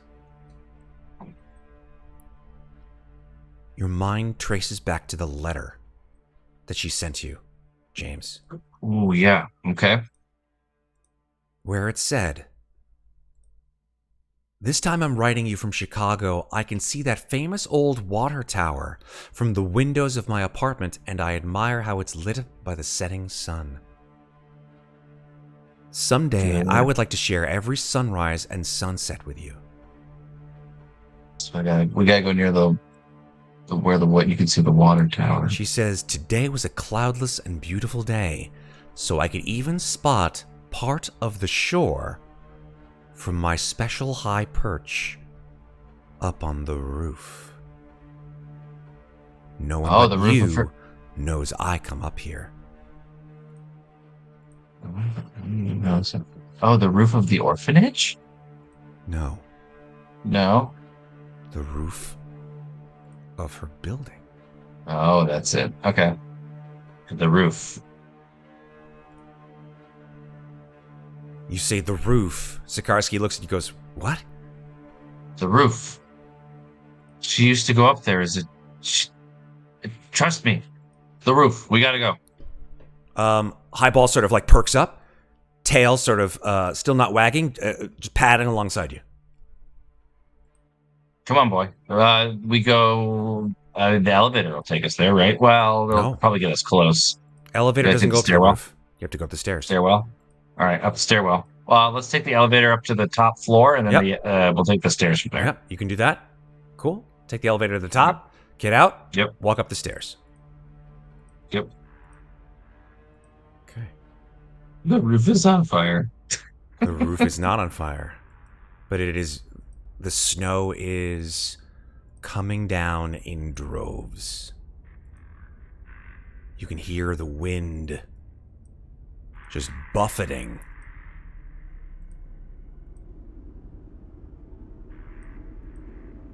The building itself as you step out onto the roof. Are you moving at fast pace or at a slow, stealthy pace? Slow, stealthy pace. Make a stealth roll, and I'm going to make one for Sikarsky as well. Ooh, that's a failure. I'm going to push that roll.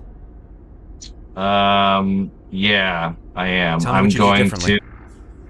So I first take a first step out, and it's a bit more icy, and so I crunch through a bit of the snow, but then I take a look around it where it's a little bit less, it's a little bit more powdery. I go for the powdery steps. Cool. Oh, Right on the dot. Right on the dot. Very nice, Mr. Carr. Very nice. wow. 50 Okay. on 50. Very nice. Okay. Here comes Bart Sikarsky's stealth roll. Oh boy. Okay. Well, he got a failure. He doesn't have luck because he's an NPC. I was gonna say, do NPCs have luck? Can I give him 2 luck? You want to give him 2 luck? I'll allow it. Sure. Yeah. Your luck fuck has it, to I run don't out care. sometime. Yeah. He fine. sort of slips. Oh, shit. And like you I grab grab his him. arm. Yeah, you grab his arm. Give him 2 points of luck. Shh. I already took it off. We're good. Cool. Okay. Shh. You make your way onto the roof. You hear a female voice through the snow, through the wind. Highball begins to sort of strain. You've had him on a leash pretty much the entire time except when you were in the club. But he begins to strain on his leash. Please make a strength roll as he attempts to pull out of your grip. Critical success. 100%. You just pull with all of your might as Highball just strains, like soundlessly pawing at the air as you step out onto the roof. But you hear words being spoken by some female voice. It's in a language you do not recognize. But you can tell that the sounds of it are repugnant to your hearing. They sound like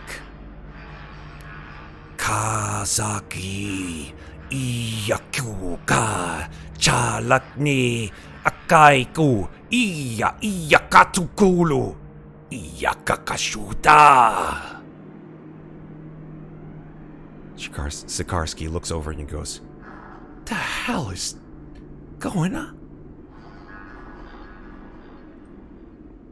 I take the dagger out of my jacket pocket and just kind of keep it in my hand.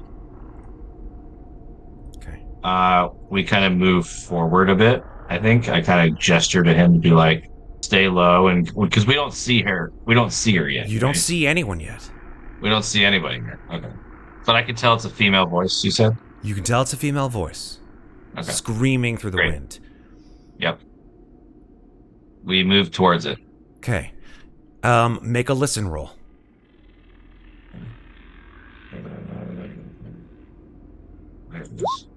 Okay. Nice. You are able to hear not only a one female voice, but a second one. This one, however, you can't make out words because it sounds like, well, it sounds like Hattie, but you can't really make out any words because it sounds like something's in the way of her mouth. Like you just hear, She's muffled. Yeah. like a horribly crying, muffled sound. Then that first voice Got it. again, a much more sort of sinuous, not sinewy, sinuous voice. You know, I just want you to know, Hattie, you are never meant to have him.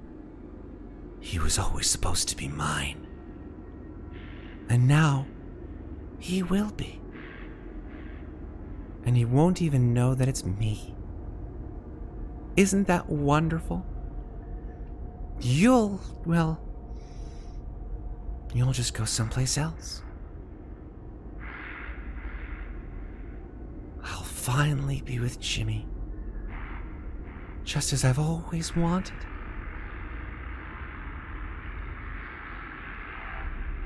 And then she begins to whisper those words again.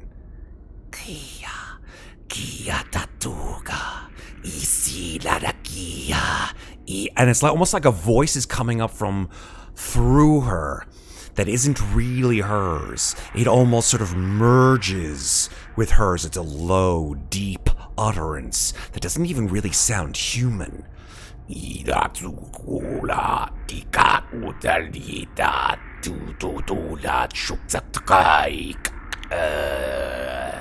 do you do? I still don't see them, right? No.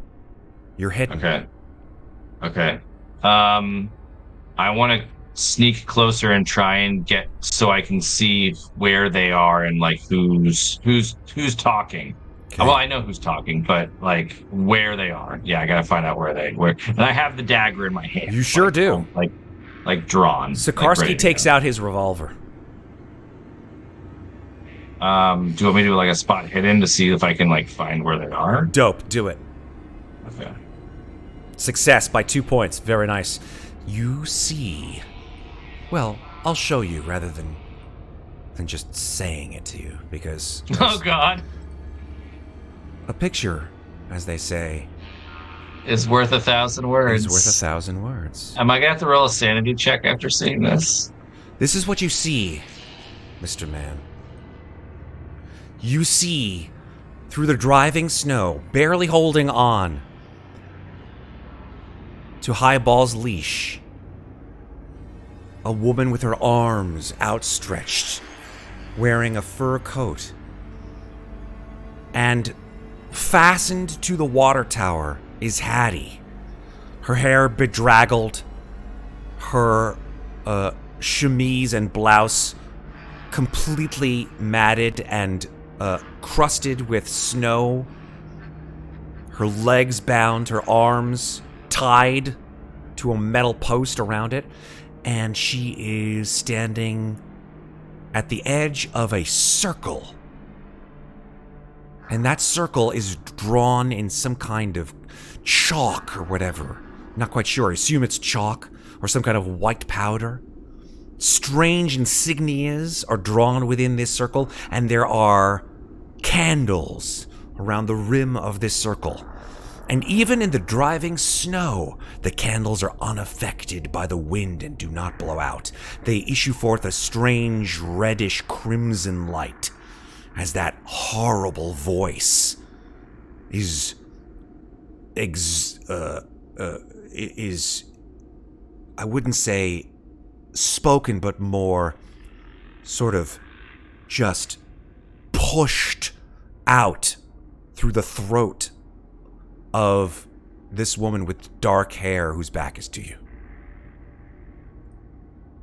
What do you do?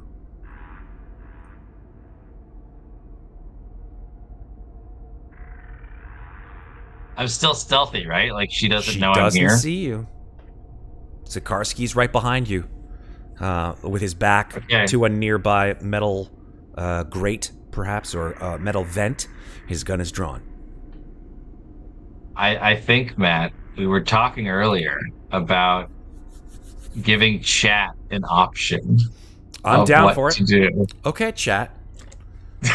You are now James Carr's raging insanity. What do you wish him to do? Oh, did I have to do a sanity check? Oh, I forgot about that. Yes, please make a sanity roll. Extreme success. Extreme success. I'm fine. No, you're not fine. You take 1 point of sanity. Oh, just one? Just one point? Okay. Just one. Just one. Okay. One's fine. That's fine. All right, chat. What is James Carr going to do? The stab man. Stab it, dab it, stab bop bop. All right, Miss Deadeye wants me to stab her. Okay. Okay, that's one vote for stab. Okay, what else? Are there any other Vote away, options? chat. Well, Remember. I could. Well. Remember who you have with you. Oh, I know. I was going to go for a little bit more of a cinematic moment, and either do one of. I don't know if I want her to know I'm here. That's the thing. I think I just kind of want to. I just kind of want a sick, highball on her. Okay. Yeah, I think it's Smithers release the hounds. I'm gonna go down to highball, and I'm just gonna whisper in his ear, "Go get her." Okay. Highball. I'm gonna follow close behind him. Cool. As well. Highball sort of looks up at you, looks over at the person whose back is to you, growls. Do you keep the leash on, or do you unhook him from the leash? Oh no! He is. It's like grab the collar, go get him, boy, and release. Okay. Here's what happens. You release Highball. Highball bounds through the snow-driven roof and leaps through the air onto the back of this woman. She turns in midair, and as if in slow motion, you see her face. And it's a face that you recognize, because it is the face of Ellen O'Sullivan. But this is a face of a woman who looks changed. She's gaunt. Her face is very almost crafted like it's been crafted from marble. Like it's almost too symmetrical. Doesn't even look real. Looks like a mannequin. Her eyes brilliant green under a veil of dark makeup as she stares at this dog who has now pounced upon her. I'm going to have Highball, before we go with our combat roll here, have Highball make an attack roll. With bonus die, right? It will be with a bonus die. Surprised? That's correct. 100%. Mm-hmm. So let's get some music in here. After that, like, mystical fart noise just happened. I do love some of these sound effects, man. They're so good. I don't even control them anymore. Here we go. All right. So the dog just runs through the air, and let's see what happens here. Highball jumps and does a bite attack. And that 3 whole damage. That is a success and does 3 damage. Just bites, clamps down on her arm. She screams. Ah! All right, let's jump into the initiative here. All right, so let's just go ahead and add turns. We got Highball, got Ellen. Sikarsky's, of course, also in there, and you, of course, Jimmy. Where's my photo, Matt? You don't have a photo because you're too cool for school. Here's your photo, but it's not really there because you didn't add it to your character. But let's just add your turn. It's totally fine. Did I not send you the photo? You did, but it's, hold on one second. Let me just add turn. There we go. Oh, that's actually not even your character. Jimmy Carr. There you are. Okay. Let's just add... What is your dex? Your dex is 60. 60. Cool. So Jimmy is 60. Sikarsky's dex is also 60. What about... Oh, well, Hattie is tied up. Hattie is tied up. She's a non-combatant at this point in time. Ellen's dex is 50. And I think Highball's is pretty goddamn high. Highball's 90. dex is 70. 70, okay. So let's sort downwards. Highball will make another bite attack. Nice. He will make a bite attack. She will dodge. So let's see what happens here. Ellen will dodge. Let's see if that works. Fail. Damn it, that was a good success, too. She succeeds. Let's see what happens with Highball's bite attack. Come on, hard success. Fortunately, that's a failure. So she, Highball snaps at Ellen, and Ellen just dodges the heck out of the way. She's like, ah! Ah! And now it is your turn, Jimmy. Okay, can I try and grapple her? Yeah, you can run over to her and grapple her, absolutely. Yeah, and put like the knife to her throat, basically. That's kind of what I'm trying to do. Sure. Makes sense. Yeah, yeah. So what do I roll? Brawl? This is a brawl. Yes, absolutely. Nope, that's a failure. Not working. You run over to her and try to grab her. She just nimbly jumps out of the way. Okay, that's my turn, I guess. There's not much else I can do. Okay. Sikarsky says, shit, and then runs over and also tries to tackle her as well. He takes his gun, and he has his gun in one hand, but he's also trying to sort of just, full on She's too nimble. Waist tackle her. All right, so this is his brawl roll. That's a failure as well, unfortunately. Yeah, the two of you just jump at her from different sides, and she just, like, jumps over one of you and just sidesteps the other, like that. Okay. Sikarsky's like, shit! And you just hear Hattie screaming from the post. It's now Ellen's turn. Can I discern anything through her mumbles? No, I mean... Okay. She's gagged. She's totally gagged. Yeah, okay. Yeah. Okay. All right. Worth a shot. Totally worth a shot. All right. Ellen O'Sullivan turns to... I'm gonna roll a 1, or I'm gonna roll a D1. Sorry, I'm gonna roll a flip coin, right? One is you, and 2 is Sikarsky. 2 is to Okay, this is Sikarsky. Oh shit! Ellen turns to Sikarsky on the ground, and her eyes gleam, and they glow with a sort of strange, malevolent, greenish light. And Sikarsky looks up, and here's what Ellen does. Ellen does something called mental suggestion, which is a spell. It's a spell! Oh no! The caster can command any being with human blood in its veins. A single target who is visible to the unaided eye of the sorcerer is affected. The victim carries out all that is commanded by the caster, even to self-destruction. The spell also works against all these different Cthulhu mythos people, but it doesn't work on non-human entities such as Shantoks or dimensional shamblers. I'm assuming that Sikarsky is not a Shantak or a dimensional shambler. That's some crazy backstory if it was. That would be amazing, right? The caster intones the spell and relates the suggestion to the target. For the spell to take effect, the caster must succeed in an opposed POW roll with the target. Extreme suggestions involving death or great harm require a second opposed POW roll just before the suggestion is implemented. Damn. Okay, cool. The cost for the spell varies with the suggestion in magic points. For ordinary unthreatening suggestions, the cost is 5 magic points and 1d3 sanity points. Whoa, okay. Dangerous or suicidal suggestions, such as kill a companion, kidnap the president, etc., cost 15 magic points and 3d3 sanity points.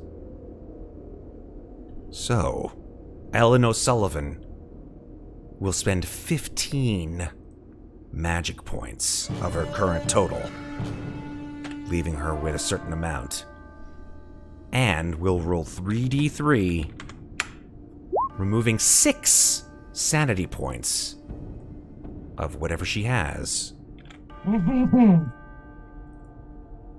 And Sikarsky's eyes glaze over as she attempts to do an opposed POW roll with him. Here's her POW roll. Oh, That's a hard success from Ellen O'Sullivan. Oh, no. Sikarsky will do a power roll as well. That's an extreme success from Bart Sikarsky. Oh, he did it! He did it! He did it. Fucking Bart He Sikarsky. did it! Bart Oh Sikarsky, my like, God. puts his hand to his head, and he's like he's having the worst headache of his life. Oh my God, I can't believe he fucking did it. And her eyes gleam, and then they stop gleaming, and she clenches her fists. That's her turn. It's Highball's turn now. Highball. Kill! Chopper, sick balls. Highball will. Chopper, sick balls. Highball will run and attempt to bite Ellen O'Sullivan. That's a success. Oh, and he does. But Ellen will attempt to dodge it. Which she does not, so she will take 1 damage. As he bites her right on the leg, I think. So she's taken 4 damage so far. That's pretty good. All right, it is now your turn, Jimmy. What do you want to do? I am stabbing her with the knife. Okay, you're stabbing her. In the stomach. Yep. Goodness, there goes the law. Okay, it's cool. It's cool. It's Hey, cool. It's yo. cool. It's cool. I just got raided, Matt. You just got raided? Nice, With dude. 20 people. Nice. Hey guys, welcome in. Thank you so much. Congrats for We're the in the raid. middle of a fight, so sorry if I don't say thank you and all and stop. We're in the middle of a fight.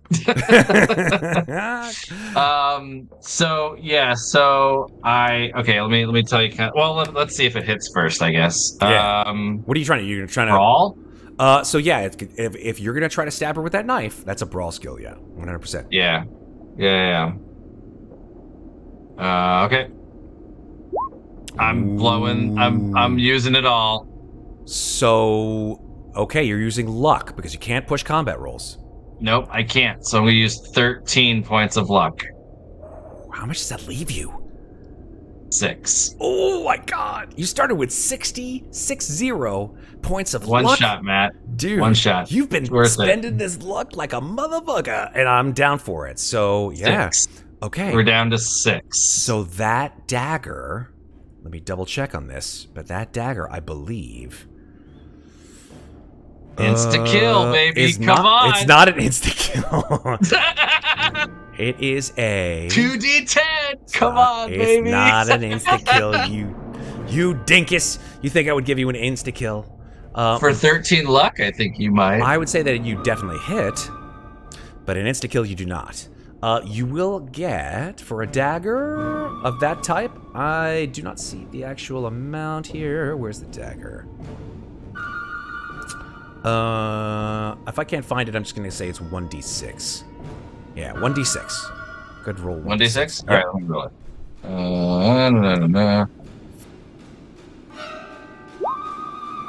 6 points of damage. Boom, boom, boom, boom, boom. Yep, big stab, right in the stomach. She just screams in horror. I'm sorry, Ellen. She sort of puts her hand on your shoulder. My Jimmy. Staring at you. And then, like, bubbling up from her mouth, this just horrible, horrible voice. Like, not even her own voice. Make a sanity roll, please. Oh, God. Oh, no. No. Oh, no. All right, so that is only 1 point of sanity loss. Oh, thank As this horrible goodness. voice comes out of her. You're not quite sure what's happening here. But yeah, you've done 6 damage to her, and she is not looking good at all. Okay. I guess that's your turn. Yeah, that's it. All right. Yeah. Sikarsky sees you stab this woman right in the gut, and he says, "What are you doing? No, idiot! This is gonna be blood on my hands and yours. No!" You begin to hear police sirens.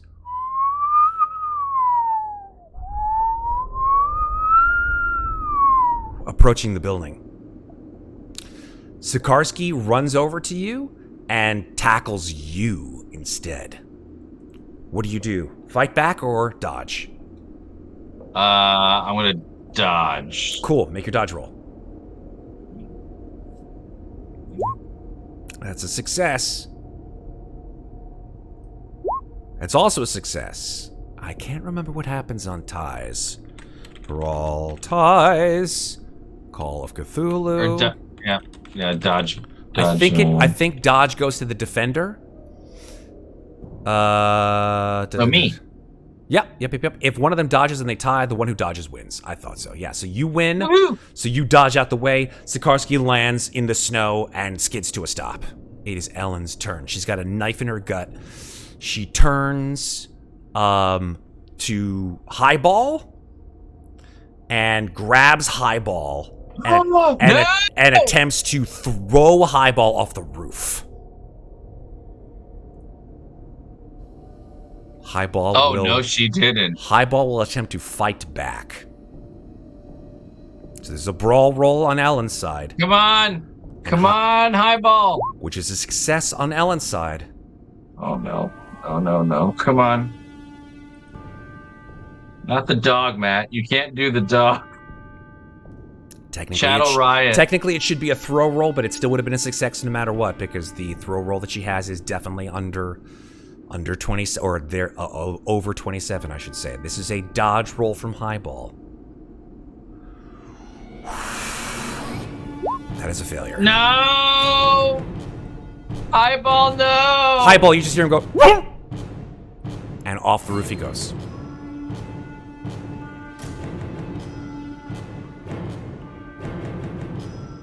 What? Highball, no! You see, as Highball goes off the roof, that Ellen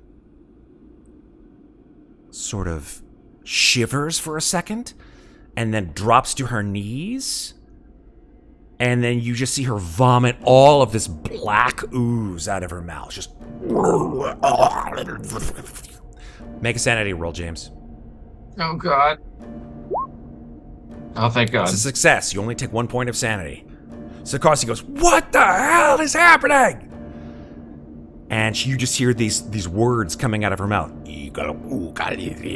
Like they're not coming from her at all. Her eyes begin to glow green. She's going to make another spell as it is her turn. But she's actually used her attack. But she's preparing something on her turn. Oh, God. Highball is not in the scene anymore. Jimmy, it's your turn. I'm just going to yell, "This is for Highball!" And I'm going to try and stab her again. Okay.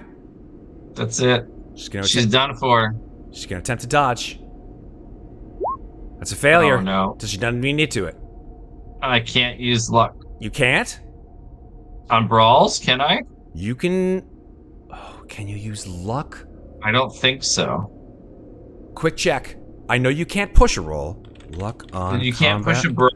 I know you can't push it. Can you use luck? Luck can be used to modify non-botched combat rolls. So yes, you can. All right, I'm using 2. I'm 2 down to points of 4 luck. luck. Okay, then she is going to try to. Then she is going to try to dodge it. Fail it.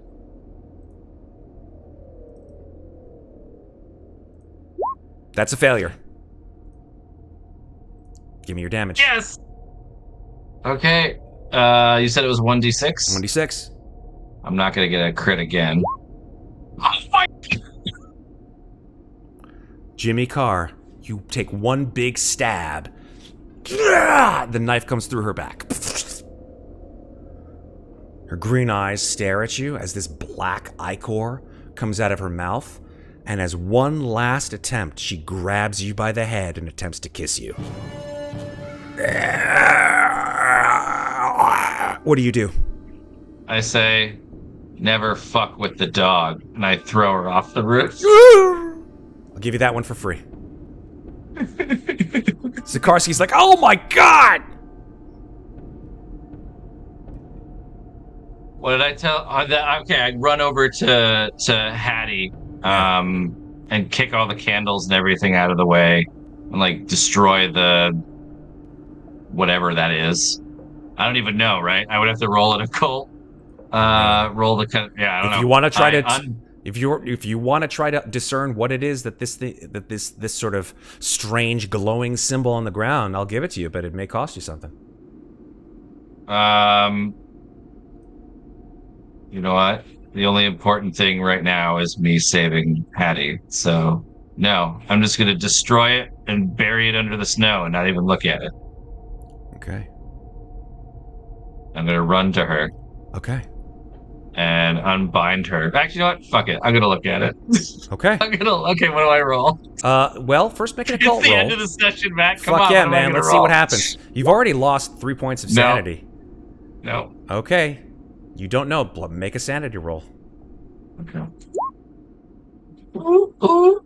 You've lost 1 point of sanity. How many points of sanity have you lost in the last day, Jimmy? 4. 4. Okay.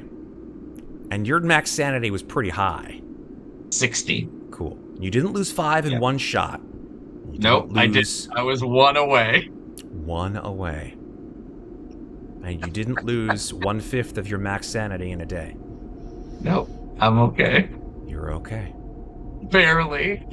It hurts your eyes to look at it. You can't really conceive of what this symbol on the roof Burns into means. my brain. Yeah, like I'll see it. It's like when you stare at the sun. Like there's like a little imprint of the sun on your retina. But you're able to kick away the candles which extinguish in the wind and the snow. Love it. Hattie falls into your arms.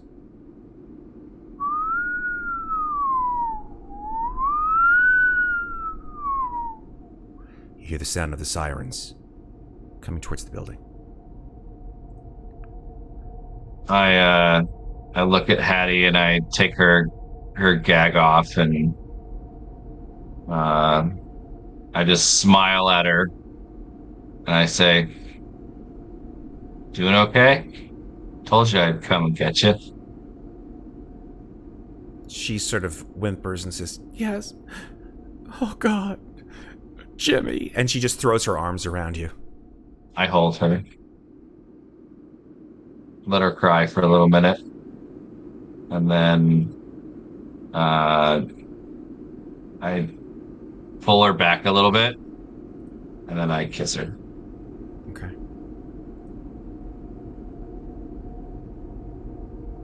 And then afterwards, we look at each other for a little bit. And then I turn to Bart and I say, "Any idea what the hell we just saw?" I don't even know. By the book, huh? I was definitely not by the book. Well, what are we going to tell them when they get here? I'm gonna say that it was a horrible accident. That there was attempted. No, that won't work. Suicide. It had to be a suicide. Yep. And on that note, I help Hattie up and I walk her towards the edge to go look and see where Ellen and Highball might be. Let's see if they're there. Yeah, you're pretty high up. You're about 7 flights off the ground. 7 stories. Yeah. And down there, in the snow and ice, you see 2 silhouettes unmoving as the police vehicles slowly move towards the front of the building. Policemen filing out of their cars, weapons drawn, moving towards the figure of the dog and the woman. I hold Hattie close as the wind blows and we look out over the cityscape. And I think that, all things considered, Sikarsky sort of says, I'll deal with all this shit. You know, you owe me one, Carr. With all the stuff that's happened in the last 2 days, you owe me one. Yeah. You're right. Maybe one day I'll actually come help you guys out more than just in this private sector. Hope so sooner rather than later.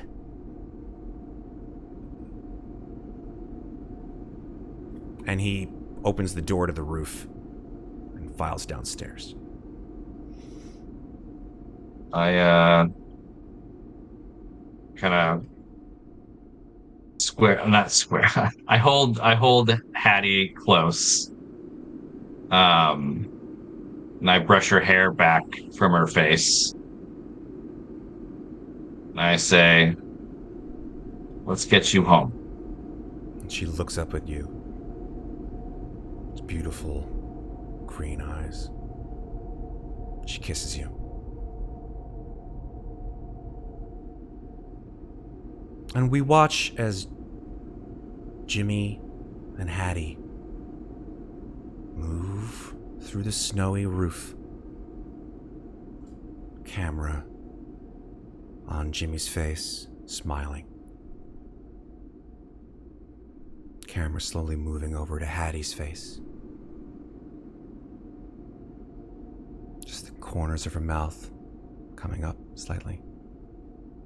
And her eyes gleam with a green light. And that is where we're going to stop this story for tonight.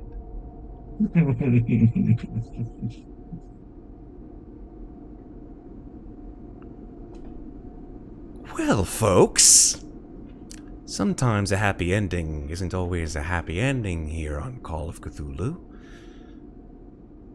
At least not happy for all of us. I hope that you've enjoyed our little one keeper, one player, one shot, known as Love You to Death, from the amazing supplement from Chaosium, Does Love Forgive? Here on Slices and Dices. Chris, tell people on the internet where you can be found, as well as those awesome raiders who raided us tonight.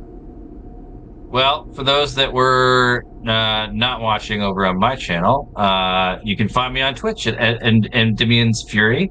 When I'm not here on Slices and Dices, hanging out with DM Matt G, doing the greatest tabletop games here on the internet. That's where you can find me. Damn, what an endorsement. Hot damn. Oh, also, thank you to Table of Horrors for the 20-person raid. Nice. Thank you very, very much. Thank you, guys. Thank you. And for those that stuck around, thank you. Amazing. Hey, folks, my name's Matt.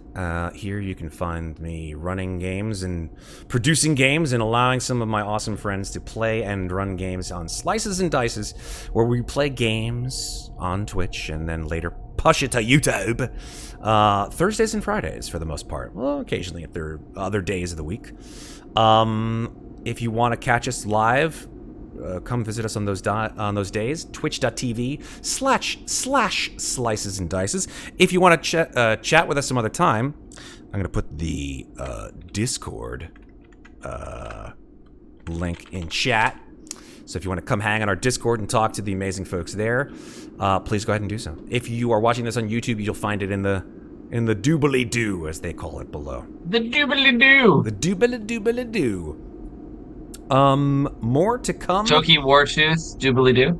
Totally technical term. Toki Wartooth, doodly-doo. Did you ever watch Metalocalypse, Matt? See, I can't talk. I need to go and watch Metalocalypse again. It's been a while. You do and you don't, but we'll discuss that offline. 100%. So yeah, catch us on Discord, catch us on YouTube, where you can, if you're watching this, give us a like and a sub. Thank you so much in advance. Beyond that, I have nothing else to say, other than I hope you enjoyed yourselves here watching Call of Cthulhu, one of my top 3 favorite TTRPGs. Favorite system so far, man. I love it so much. It's really fun. These sort of encapsulated stories. Absolutely. And thank you, Matt, amazing. for doing this. This was great. Thank you. Thank you, of course. remains to be said to our awesome sponsors who sponsor us for almost every show we do. Into the AM, who give amazing outerwear for gamers and just cool people alike. Czepeku Maps, who give maps to us so we can use them in our games and can do so for yours. They have 4,000 plus maps and scenes and all kinds of crazy stuff on their site. Give them a look-see, because hell, if they don't have a map for your game, then I don't even know what you can do, because there's so much great stuff. Get a new game. Yeah, get a new game, right. And finally, our friends at Monument Sound, because Monument Sound has delivered just chef's kiss stuff. Most, if not all, of the music and sound that you've heard on tonight's game was delivered by Monument Sound or by Tabletop Audio. They're the best. We love them to death. See that little flag? Love you to death. And we hope that they keep on keeping on, because they're just awesome. That's it for tonight. We made it in time, chat. We did it. We did. Thank you, Chris. This was super fun. Thank you, Matt. Thank you. I'll see you next Friday. Yeah, indeed, for more of this crazy shit.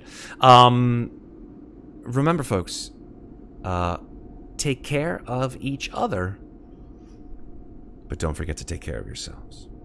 Thanks for watching. Bye. Thanks, everybody.